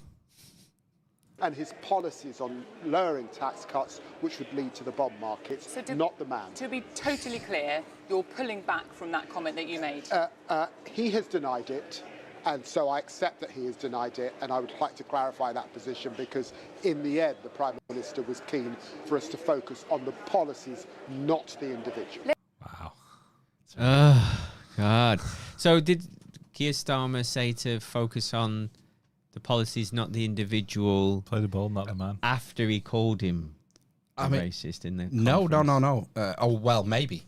And did he see how that probably landed? The optics of Yeah. that. I don't know. Well, anyway. Yeah. Which is maybe why all these ministers were asked, do you think Nigel Farage is a racist? Is based on Starmer's comment Exactly. earlier. Exactly, yeah. Yeah. He's made a mess, hasn't he? Again. Well, yeah, he's useless. Mm. Keir He's lammed Starmer it. is useless. Oh. But he doesn't write the speeches, does he? He'll have a dedicated speech writing team. Maybe read them then before you fucking say them out loud, you dick. ChatGPT. What was the one we've got of him? Well, the sausages. The return of the sausages. And the other one in the White House that he fucks up. He says something, doesn't he? He says the opposite of what he should be saying. Oh, well. He's only human. Supposedly. Moving on. Let's move on to the Chancellor, Rachel Reeves. She took down... This is a true story that she took... Did we do this story? That she removed all of the portraits of male politicians in their offices. Oh, really? And put female ones. That's a little bit Trumpian. So it's just Margaret Thatcher everywhere, basically. And Karl Marx. Yeah. Yes. Oh, I don't know. I hadn't heard that. I thought that someone had taken Churchill's bust out of Downing Street. Right, okay. Oh, that was Obama. That's problematic, isn't it? I think that was Biden or Obama, maybe, and Trump put it back in. I might be totally making that up. So. But yeah, I've got a Rachel Reeves speech because I just took this clip because I thought it went a bit weird at the end. Love it. It's interesting that you mentioned Thatcher because I think there's maybe some undertones there. Today in England, there are 1,700 primary schools that don't have a school library. That's not right. And I will not let it stand. This is incorrect. What's up, Matt? It's not right. It's just bad, this, isn't it? Bad. It's just a bad... She's bad at delivering it, and it's a bad speech. This is like the... But it's not right, though, is it? This is like the lettuce It's incorrect. thing. Who was that? Liz Truss. The cheese markets. Pork markets. We're opening up new cheese markets. Internet. The bits Today in England, there are 1,700 primary schools that don't have a school library. That's not right. And I will not let it stand. So I am committing here today to providing a library in every single primary school in England by the end of this Parliament. Wow, we are really scraping the barrels, aren't we, here for... That's the rabbit out of the hat. For announcements. I know, yeah. Pretty low bar, isn't it? 1,700. I mean, you want to go and look at my son's school's library. It's shocking. Hey, at least it's not falling down with rat concrete. Well, it's only because the building is 200 years old and the walls are covered in damp. Nice. The wiring's 200 years old. Yeah, probably. That is a statement of my values. That is a statement of the value that this government places on all our children's futures. Oh, give me a break. The Tories don't make those choices. Reform would never make those choices. This is almost getting a little bit like communist Russia with the raucous applause that announcement was met with. I know, yeah. North Korea. Yeah. Don't be the last one to stop applauding. I know, yeah. Yeah, you'd be shot. Red Ken will be out the back with a shotgun. And it just goes weirder. I got this last 15 seconds. It just gets kind of... I thought this was bizarre when I saw it. So take pride. Take pride in our values put into action. And conference, don't ever let anyone tell you that there's no difference between a Labour government and a Conservative government. She does have a bit of Thatcher, doesn't she? I got Thatcher vibes. Definitely. Maybe she's been on the Thatchers. And kind of robot vibes. Conference. It's the tonal whiplash in that 150 seconds. It goes all over the place. Well, it's just a gradual ramp, but you'll see it at the you'll see it in a sec when it goes back to the beginning. Take pride in our values put into action. And conference, don't ever let anyone tell you that there's no difference between a Labour government and a Conservative government. Today in England, there... Yeah. Well, yeah, you're right. The ramp up. It looks trained.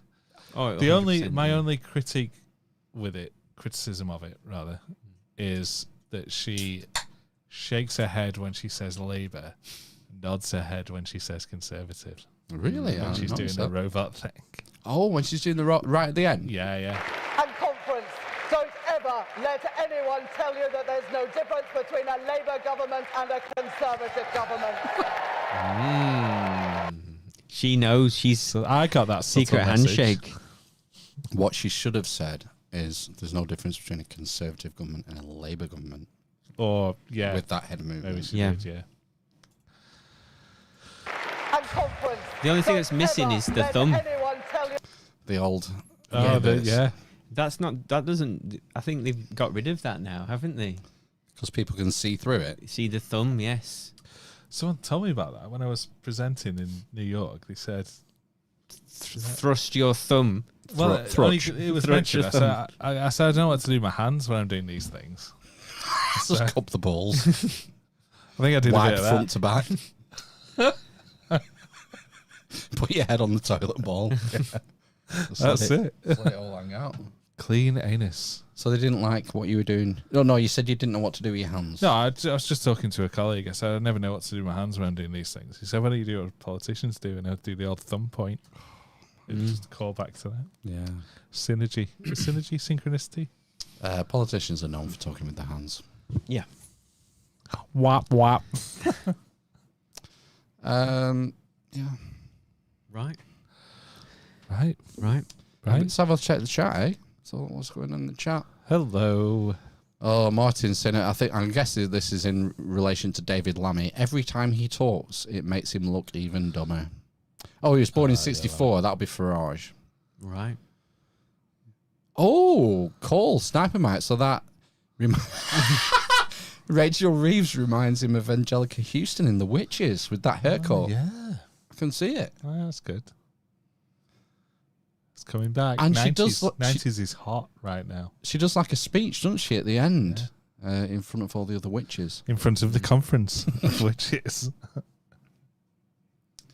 Any more comments now? Oh, this is an interesting one. JW Ren 51. Don't recognise that name. Are you new, J Ren 51? They're making skin colour, race and religion relevant to sow division and hatred. If you're fighting each other, you're not looking at the people who created the problem in the first place.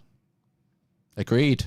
It's the old divide and conquer mechanism, isn't it? Mm. Get you divided, placate you with bread and circuses, your Champions League and your free bakery items at Lidl. Whatever it is, what do they give you for free? I don't get it for fucking free off them. No libraries. There's free bakery items at Lidl. Oh no, only if you're on like the points. You know, I'm talking about the state. Bread and circus in the Roman Empire. What's the equivalent today? It's football, universal credit. Give Sky away for free. Could you imagine how popular that policy would be? Free Sky TV basic package for every household. £150 a month. Corbyn Harvester tried that with free internet. Oh, he did, didn't he? He got laughed. Laughed out. I don't know why. Free internet. Nationalise the internet, make it free to everyone. I think that's probably... Nationalise it and make it safe. And finally, this October budget, we are removing the requirement for age verification on Pornhub.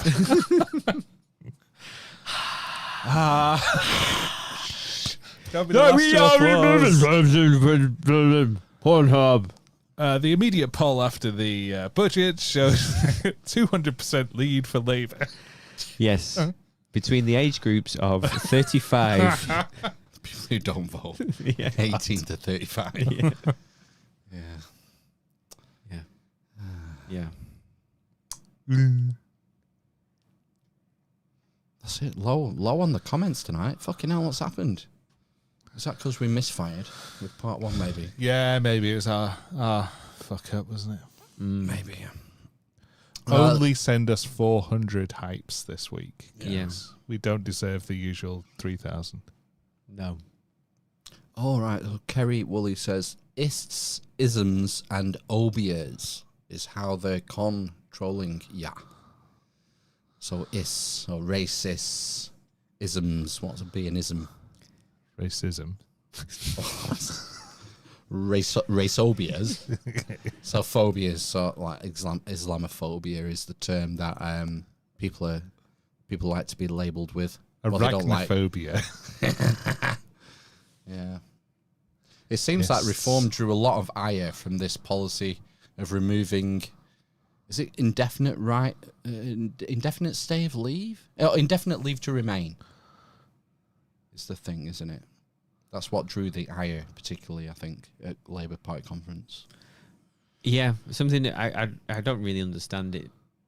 But they were going to review it, was what I read. So, the indifferent leave to remain.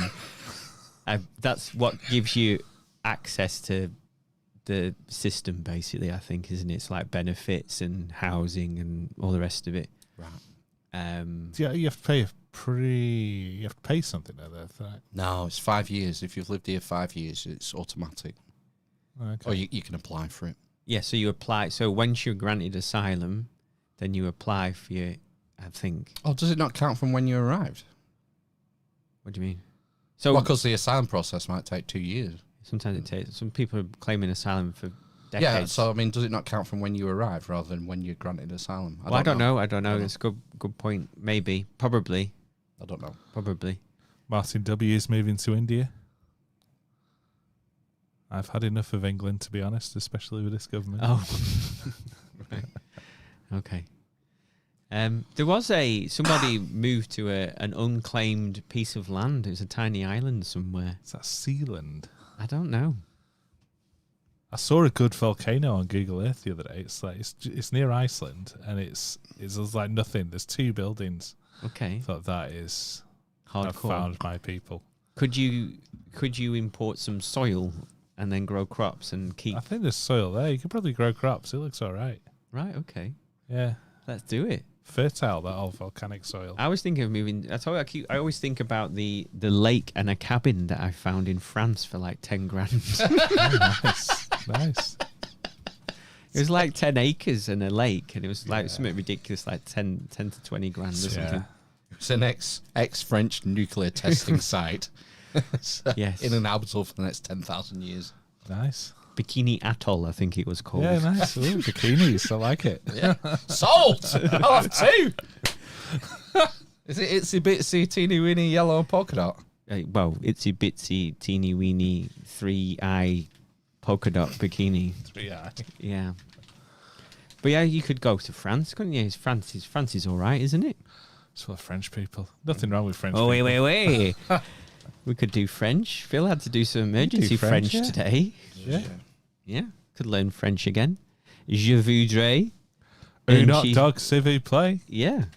You'd have rickets by 6 months in. Yeah. No, it's Spanish. I just want some salad. Mr. Multilingual here. Das. That's Spanish. I could probably do it in Spanish. Could do German? I can't do German. Ich weiß nicht. What does that mean? I don't know. I don't know. Right, okay. Mein Staubsaugen hasst mein Bleistiftspitze essen. Something about eating? Something being about a white supremacist. Yeah. I think that is my vacuum cleaner has eaten Were my you in the pencil Hitler sharpener. Youth when you were younger? Yeah. What songs did you sing at school? I flirted with it. I heard some letters from Mr. Robinson. Have you seen Paris? Oh, yeah, that's good. You were manhandled out of a history lesson once, weren't you? Yeah. I seem to have a memory. History? I have a memory. I thought, was it Mr. Hogarth or something like No, that? it's like that. I won't. He's probably dead now. I won't say his name on air, but yeah, I did. Yeah, he was manhandled. There was a complaint put in. Was this when you were doing your teacher training? No, I was in first year, second year. No, I don't know. What did you Silly do? on. I didn't do it. I asked him to move the board down because I hadn't finished because teaching in those days was, I'll write some shit in chalk on this board and you write it in your book. Right. And I hadn't finished, and I asked him to move the board down, and he pulled me out by my ear. No, I think you were being cheeky. I don't think I was. I think That's how I remember it. I can definitely remember you being cheeky. Oh God, you cunt. Yeah. With that fucking board, will you? Being Larry. And threw a pencil at him. I was a model student. I went to our old school one night this week. You go all the time to that school, don't you? Did you get on the roof? I don't. It was opening. Did you get on the roof? Well, do you remember when we stole all the signs and then put them all back because we felt bad? No. I That do. happened. Yeah. That was... There was No, street that signs. was Oh, street it's signs. Different yeah. signs. Sorry. Yeah, there was a different signs. Yeah. I don't remember. Yeah. Do you remember going on the roof of the school? No. Did you never go on the roof of any of the schools you've ever attended? All of Yeah, them. we used to set fires on. Absolutely. No, we didn't. No, I never set any fires. But we used to go on the roof of our old primary school. Yeah. There used to be a chimney stack that we used to. It used to be kind of sheltered. Yeah, you could get between two chimneys. Yeah, a big good place to light a fire if you're in that, if you're in that way inclined. Keep Loads warm of in the footballs winter, up you know. there. Loads Yeah, of maybe footballs. smoke a joint or two. Yeah. If you were that way. Well, obviously not. Never were. No, God, no. Oh. Yeah. So It's all green now, our old school. Everywhere inside's green and what's magnolia. Right, okay. It was all brown, wasn't it? When I remember it being brown. Yeah, the lights were very kind of... Yeah. It's all door lighting now. Is it? Yeah, Is it? it's LED door lighting from John Lewis. Right. Terry, the social worker, is still there. Oh my God. I know. Is he? Jesus. Is he? How old must he be? It's 35 Seven. years since we left. 70s. Holy shit. then Is it 80s. 35 years? No, it's not. 25 years, right? Yeah. Yeah, 25. Yeah, 25, yeah. Another 10 years. Don't leave us. Why? Where I you need a going? wee. Where are you going? Ooh. You haven't left us any content to work through. Oh, no. It's fine. Just feed us some content, Phil. So what have you watched on telly? So I've been watching Blue Lights from the first series on ITV, on BBC. It's all right. So you've been around the world, haven't you? I've been around the world recently, yeah. How many countries did you visit in a week? Was it a week or 2 Only weeks? 2 in a week. Only 2? Yeah, I went to Germany and then America. Oh, and Ireland as well. Ireland. 3, yeah. Oh, yeah, Ireland. No, that's an interesting story. Yeah, I flew from Dusseldorf to Dusseldorf. JFK via Dublin Airport. Right. I landed in Dublin Airport about 9:30 In the morning or in the morning, and it got to about 10 o'clock by the time I got off the plane and been through and everything. And my flight wasn't until 6:30, so I had about... No, it must have been like 4:30. So I had about 5 or 6 hours to kill. Did you go and get 5 pints of Guinness? I wanted at least 1 pint of Guinness. Never been to Ireland before, Have so I you thought not? I'm going to have a pint of Guinness in Ireland, see what that's like. So I spoke to the security guy, and he said, is there anywhere I can get a decent pint? Like, I've got 5 hours. Am I all right to get out of the airport and come back in? He said, yeah, it's fine, as long as you've got about 3 hours. Where are you going? JFK. Right, fine. 3 hours, you'll be grand, he said. So I went, he showed me this place, Keely's. And he said, go here for your breakfast, and it's really good. You'll probably see loads of staff there. Probably see a pilot having a pint there. I was like, right, okay. Well, that's a bad thing. Yeah. But it wasn't Ryanair, so it's all right. I went there and had a lovely breakfast and a pint of Guinness. And then I wandered back about 11:30, back up to the terminal with a little wheelie case, carry on. And there was about 3,000 people stood outside in the road, blue lights, mad queues of traffic. So I said, "Oh, what's going on?" And like, no one knew. No one knew. Official looking knew what was going on. So straight onto Twitter and Reddit. All right, evacuated bomb square. There were. It was a bomb threat essentially, and there were people on the apron, the tarmac where the planes are, because they had to just get everyone out of the nearest exit. So there's like thousands of people outside this airport for about 4 hours. Oh. So Did you go to the pub again? I went in Terminal 1. I had a sniff around there because that wasn't. It was just Terminal 2 that was evacuated. Oh, right, okay. So I was hanging around waiting about 4 hours in massive queue of people and throngs of people everywhere. And when they reopened, everyone had to go through security. And the queue for like checking your luggage in was mental. So anyone who just arrived and checked the luggage in or anything, we're waiting hours and hours and hours. So I just had to get in through security. I followed someone. Got chatting to someone who was pushing his mum in a wheelchair. So we were just chatting or whatever, and he let him in with his wheelchair, and me as well, because of course he thought I was part of the group. So I managed to get in slightly early. Otherwise, I'd be out another hour or so. So I went through security because I'd already checked my luggage. And in Dublin, you can go through US security in Dublin Airport, so you don't have to go through like border control at JFK. So I did that, but the queue for that was fucking massive as well, and they kept closing it, and it was an absolute nightmare. So long story short, I got through to the gate 5 minutes to the flight when the flight was supposed to leave, but they delayed it. So this is after queuing for hours as well. They delayed it, and it didn't leave until about 9:30. So I was in Dublin Airport for 12 hours basically. Cool story, bro. It is a cool story. But I did have 2 pints of Guinness in Ireland. I had one in the airport as well. Right, okay. How much a pint of Guinness in the airport? I think it was like €7.60. So cheap? So cheaper than the co-op, cheap. co-op thing at Manchester. Everywhere I've been, a lot of stuff is a lot cheaper than here. In America, I did pay nearly £10 for some roll-on deodorant, which I thought was a bit extreme. Where did you buy that from? CVS. Right, okay. Was it like on Times Square or something? No, it was just it might have been near Times Square, near the hotel. Right. But even so, I think it's like that was the standard price. But yeah, it's crazy. Roll-on is £10. It was Gillette roll-on that you can get for £2 in like body care or whatever. And it was all right. It wasn't £10. It was $9 something, $9.80. So it's about £7. Yeah. I thought that was a rip-off. Yeah. What was cheap in America? Schnapple. Schnapple was cheap. I had a big gulp. Oh, yes. Pretty cheap for what you get. A lot of liquid. How big was your big gulp? Like the biggest one. You have to get the biggest one. In how many ounces? It's ounces, isn't it? Yeah, I don't know. 32, is it? 16 ounce they do, don't they? It's like, I don't know. It was big. I think a large maybe is 16 ounces. This was XL. I'm trying to think back to Super Size Me. Right. Do you remember that? Morgan Morgan I Spurlock. think he's died, you know. He died years ago. 2020-ish, I think. Yeah, so, stuff is Not cheap. McDonald's fault. Founder's a good film. I watched it about 3 weeks ago. Yeah, it's good. I like it. It's okay. It was good. Yeah. It was good. Yeah. How many mats? Only because of Michael Keaton, though. 3 mats.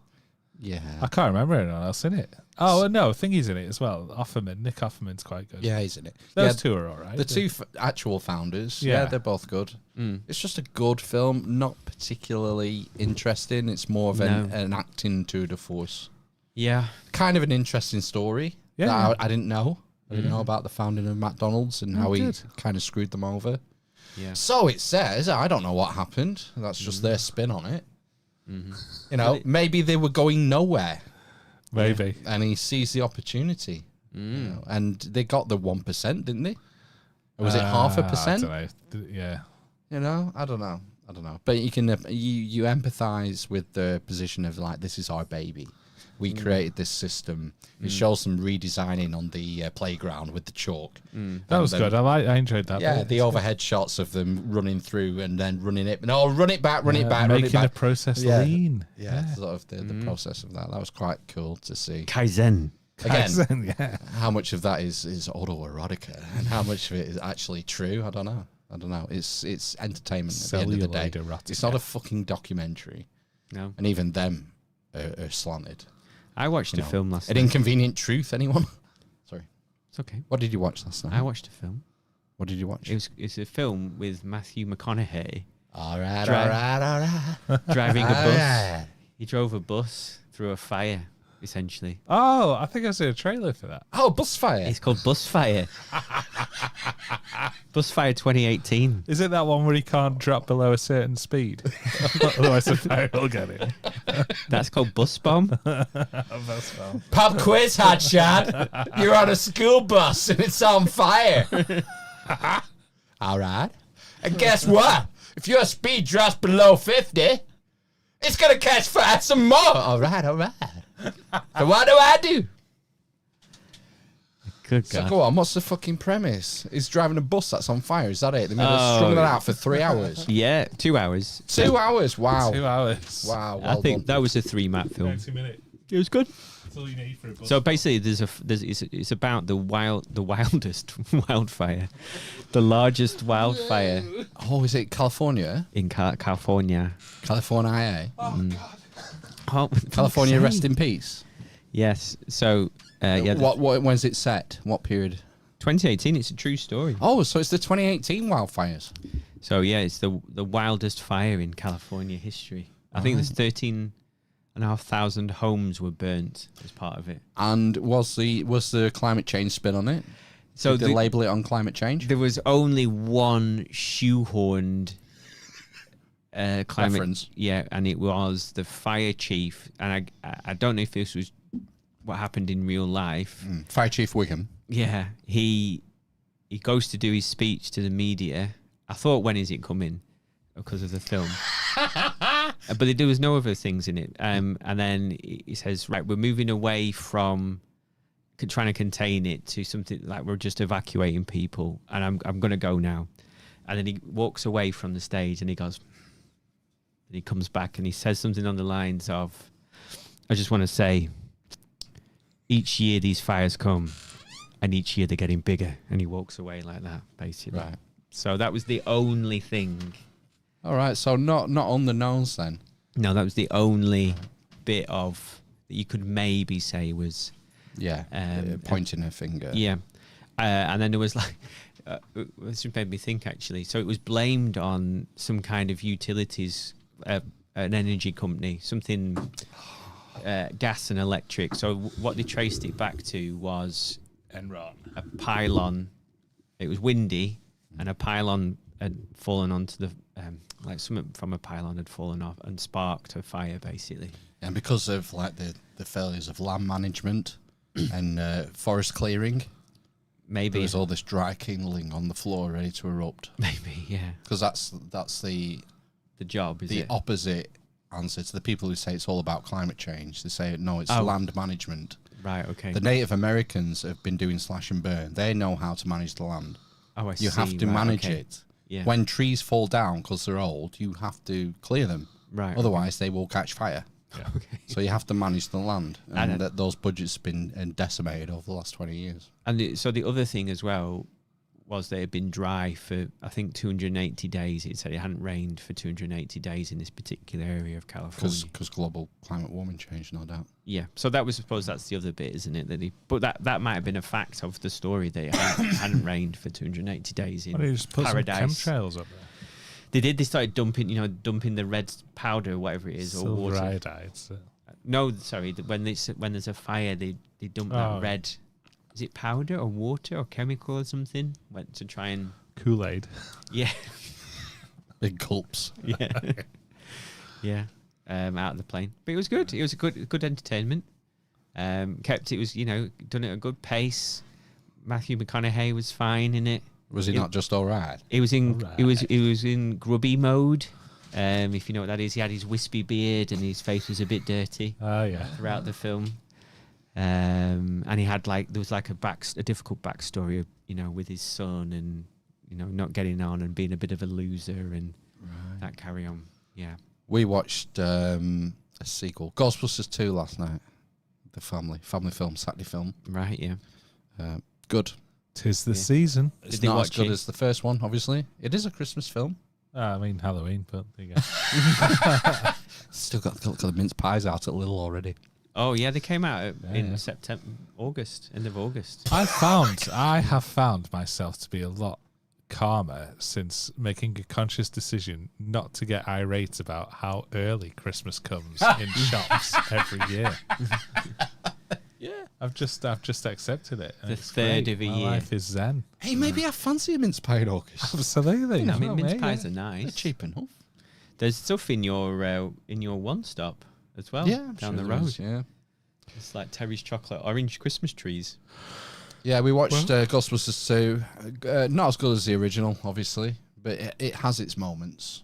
And I won't say teary. I got kind of slime. I had some sort of emotional response in various points. like the slime. And I think it's maybe nostalgia. Right, okay. I guess it's a nostalgic feeling. I remember saying to the missus, I remember my gran taking me to see it at the cinema. Oh. So I would have been 6. Right. So that was my gauge for knowing that the film would be fine for our kids. Yes. But you better not get scared because I watched this when I was 6. So Yeah. are you going to show your Don't masculine puss out on dominance me. or what? Yeah. And they were fine because it's not a scary film at all. No, I think ours have watched that one already. It's got some funny moments, you know. Mhm. It's okay. It's the portrait in the second one, isn't it? Vigo. Yeah. Oh, come on, I have to jag it out. Oh, exactly. Yeah. Oh, what, mate? Oh. You're connected. Oh, it's a hologram. It might not work. Oh, there he is. Yeah, The look, it is baby. Oh, a child. A child. That's Janosch there. Janosch. Man, he's got Janosch and I Oscar. thought it's a genuine leather coat. On a 4-inch doll. Yes. If you are looking for go any family shortest. films,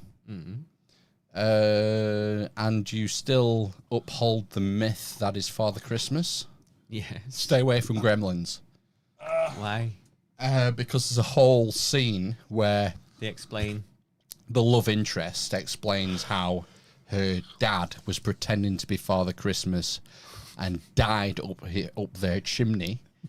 And that's how she found out that Santa Claus isn't real. Oh no. Yeah. So well, my kids watched that 2 weeks ago. Wow. So Just a warning if you're still, you know. So your 13-year-old was heartbroken. Me and the missus just looked at each other like. Right, yeah.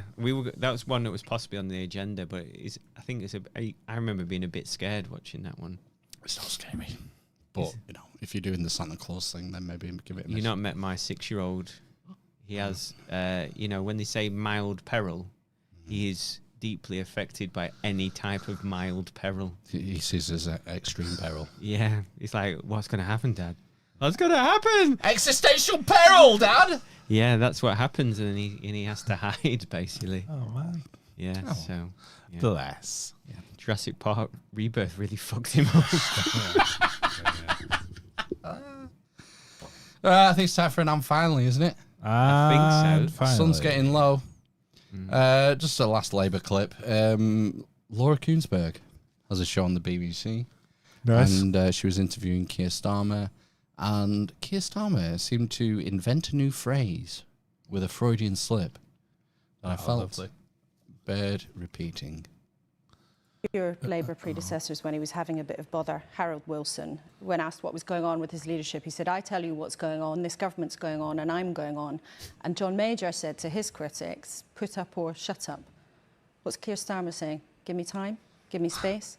I am saying we have got the fight of our lives ahead of us because we've got to take on reform, we've got to beat them. And so now is not the time for introspection or navel-gazing. There is a fight that we are all in together, and every single member of our party and our movement, actually everyone who cares about what this country is, whether they vote Labour or otherwise, it's the fight of our lives for who we are as a country. We need to be in that fight, united, not navel-glazing. Navel glazing. Fucking snappy. Oh, dear. No, that's... Absolutely clear in my mind about that, and that's what we're going to be talking about at the conference. God, he's got so many gaffs in him, hasn't He's he? got a point, though. We shouldn't spend all our time navel glazing. No, I mean that, the extra... Navel glazing. Especially, You'll go blind. especially if you, got a hairy belly like me. It's a contender for ISO, really, isn't it? It Navel is. glazing. Yeah, definitely. Navel glazing. Does someone, not everyone who's watching might not be hip to the Gen Z lingo? To be glazed, to be glazed by one. Dead ass. What does glazing mean? As well. As well. Care to explain what glazing means? It's nothing to do with windows. Take it away, Ben. Is it like something to do with jizz? I think it's when you offer up some jism and you glaze a surface. Does it come from the porn industry? To glaze. To glaze. I imagine it comes from the baking industry. Or Because the that's window. originally where you would glaze things. No more donuts. It's spunky biscuit all over again. Yeah. Cinnamon Baking swirl. industry. So, okay. To glaze means to ejaculate upon. Okay. That's No? what I said. That's what we That's said, exactly yeah. What did you say? I didn't think glazing. he'd offered an opinion. He said something about jism. Yeah. I was more specific now. It means That's to another one of ejaculate those upon. isms we don't like. Yeah. So, navel glazing, I presume, means to glaze one one's navel. Yes. Yeah. Which I suppose is probably like a stronger version of navel gazing, isn't it? To navel glaze. If you're staring intently at yourself. Yeah, exactly. You don't give yourself a glass eye. Yeah. All you really need to get high, you don't need coke, you don't need drugs, you don't need alcohol. You just need a rectum and a third eye. You do your breath of fire, for example. Ooh, navel glazing. Feel your anus, feel your third eye. Inhale. I think is this how you do the old navel glazing? Maybe. Squeeze that beautiful anal ring and feel it connected with your nuts, your anus, and your third eye, which is basically your pineal gland in the center of the brain at the apex of the ear, slightly to the back. No asshole, no holy hole. If you take away one thing from today's interview, everybody, no asshole, no holy hole. Oh my I still don't get that guy. If it's real or not. Tune in next week. Is it? Yeah. No. That would be Navel amazing glazing. if he was. We've got an awesome guest coming on next week. Right. I'm very excited about. If he comes on. He will come on. He's a pro. Sorry. We had some technical difficulties with the internet earlier. We did. All right. Of course he'll come on. You're being snide. But no. Next week's guest was the archivist at the Manly P. Hall Society for 12 years. Right. He's a black belt in esoterica. Any aspects of the Western esoteric tradition, navel glazing or not, I can spit on that shit. Oh no. Hawk tour. And he's a rock star as well. So it's going to be a belter, I think, next week. He's a rock star. Yeah, he plays like Hermel. Oh, nice. As you do. It's great. Good. It's going to be good. Good. So we'll sign off for this week now. Yeah, I think Yes. so. Since it's nearly 11. I think so, yeah. It's a new... I think it's Nasal enough, enough nasal glazing. Nasal glazing. I've got another one! I made a new one up! That's a little bit more extreme. Nasal glazing. That's where you've got when you've really worked on your rectum and your anus. You've been edging for a while. Yeah. You've squeezed that beautiful anal ring. Edging for Nasal 3 glazing. hours. And then you nasal glaze. Oh, God. I went to Barbers yesterday. Where's this going? I went to Barbers yesterday. Something for the weekend? I didn't get Dr. Erskine. I got the gorilla, the big guy. I was so glad. And he did my nasal hair. Oh. And my eyebrows. What did he do? Oh, yeah, you can tell. Oh, can you? Now you pointed She out. went, oh, that means they're going to grow back worse now. 'Cause What he's did, cut 'em. what did you do with your... Has he waxed your... I have no idea what. No, I think he buzzed it. Oh, fuck. He nasal glazed me. Oh, right, okay. He did my eyebrows and my nose hairs. Without permission? He just does it. He just does it. I just close my eyes and think of Britain. Pay my money. Bloody hell. Oh my god. There's kind of something I wouldn't say cook. It's not like being a cuckold, but being in a chair and with a man who's twice as strong as you holding your head with a straight razor to your neck. You like it? No, I don't like it. I don't fucking like it. You realise how vulnerable you are. He thinks the lady doth protest. It's nasal glazing. Whatever. Right, come on, we're going. See you later. Goodbye. Bye. Come back next week. Please. Are you not entertained? I love you. Epic dub. Thank you for watching. The vibes are great. Slay the Boots House Down. Houston, I'm deceased. Slay. Wagwan Ted, you sussy jungus. I hope you have a hog birthday. Remember, Brexit means Brexit. Now, remember, if in doubt, kick them out, even if they're not the imposter. And Sigma Spider climbed up the skibbity spout. I like what you got. Good job. I am going to aim for the prostate in the men. Asna! Won't you take your out? Based Sigma Chad. You don't give a fuck. You're embarrassing yourself. I'm a fucking asshole. Congratulations on becoming a doctor of thugonomics. That's it, man. Game over, man. Game over. They say you're aroused by e-scooters at the age of 34. You got caught sucking your fingers on the bus.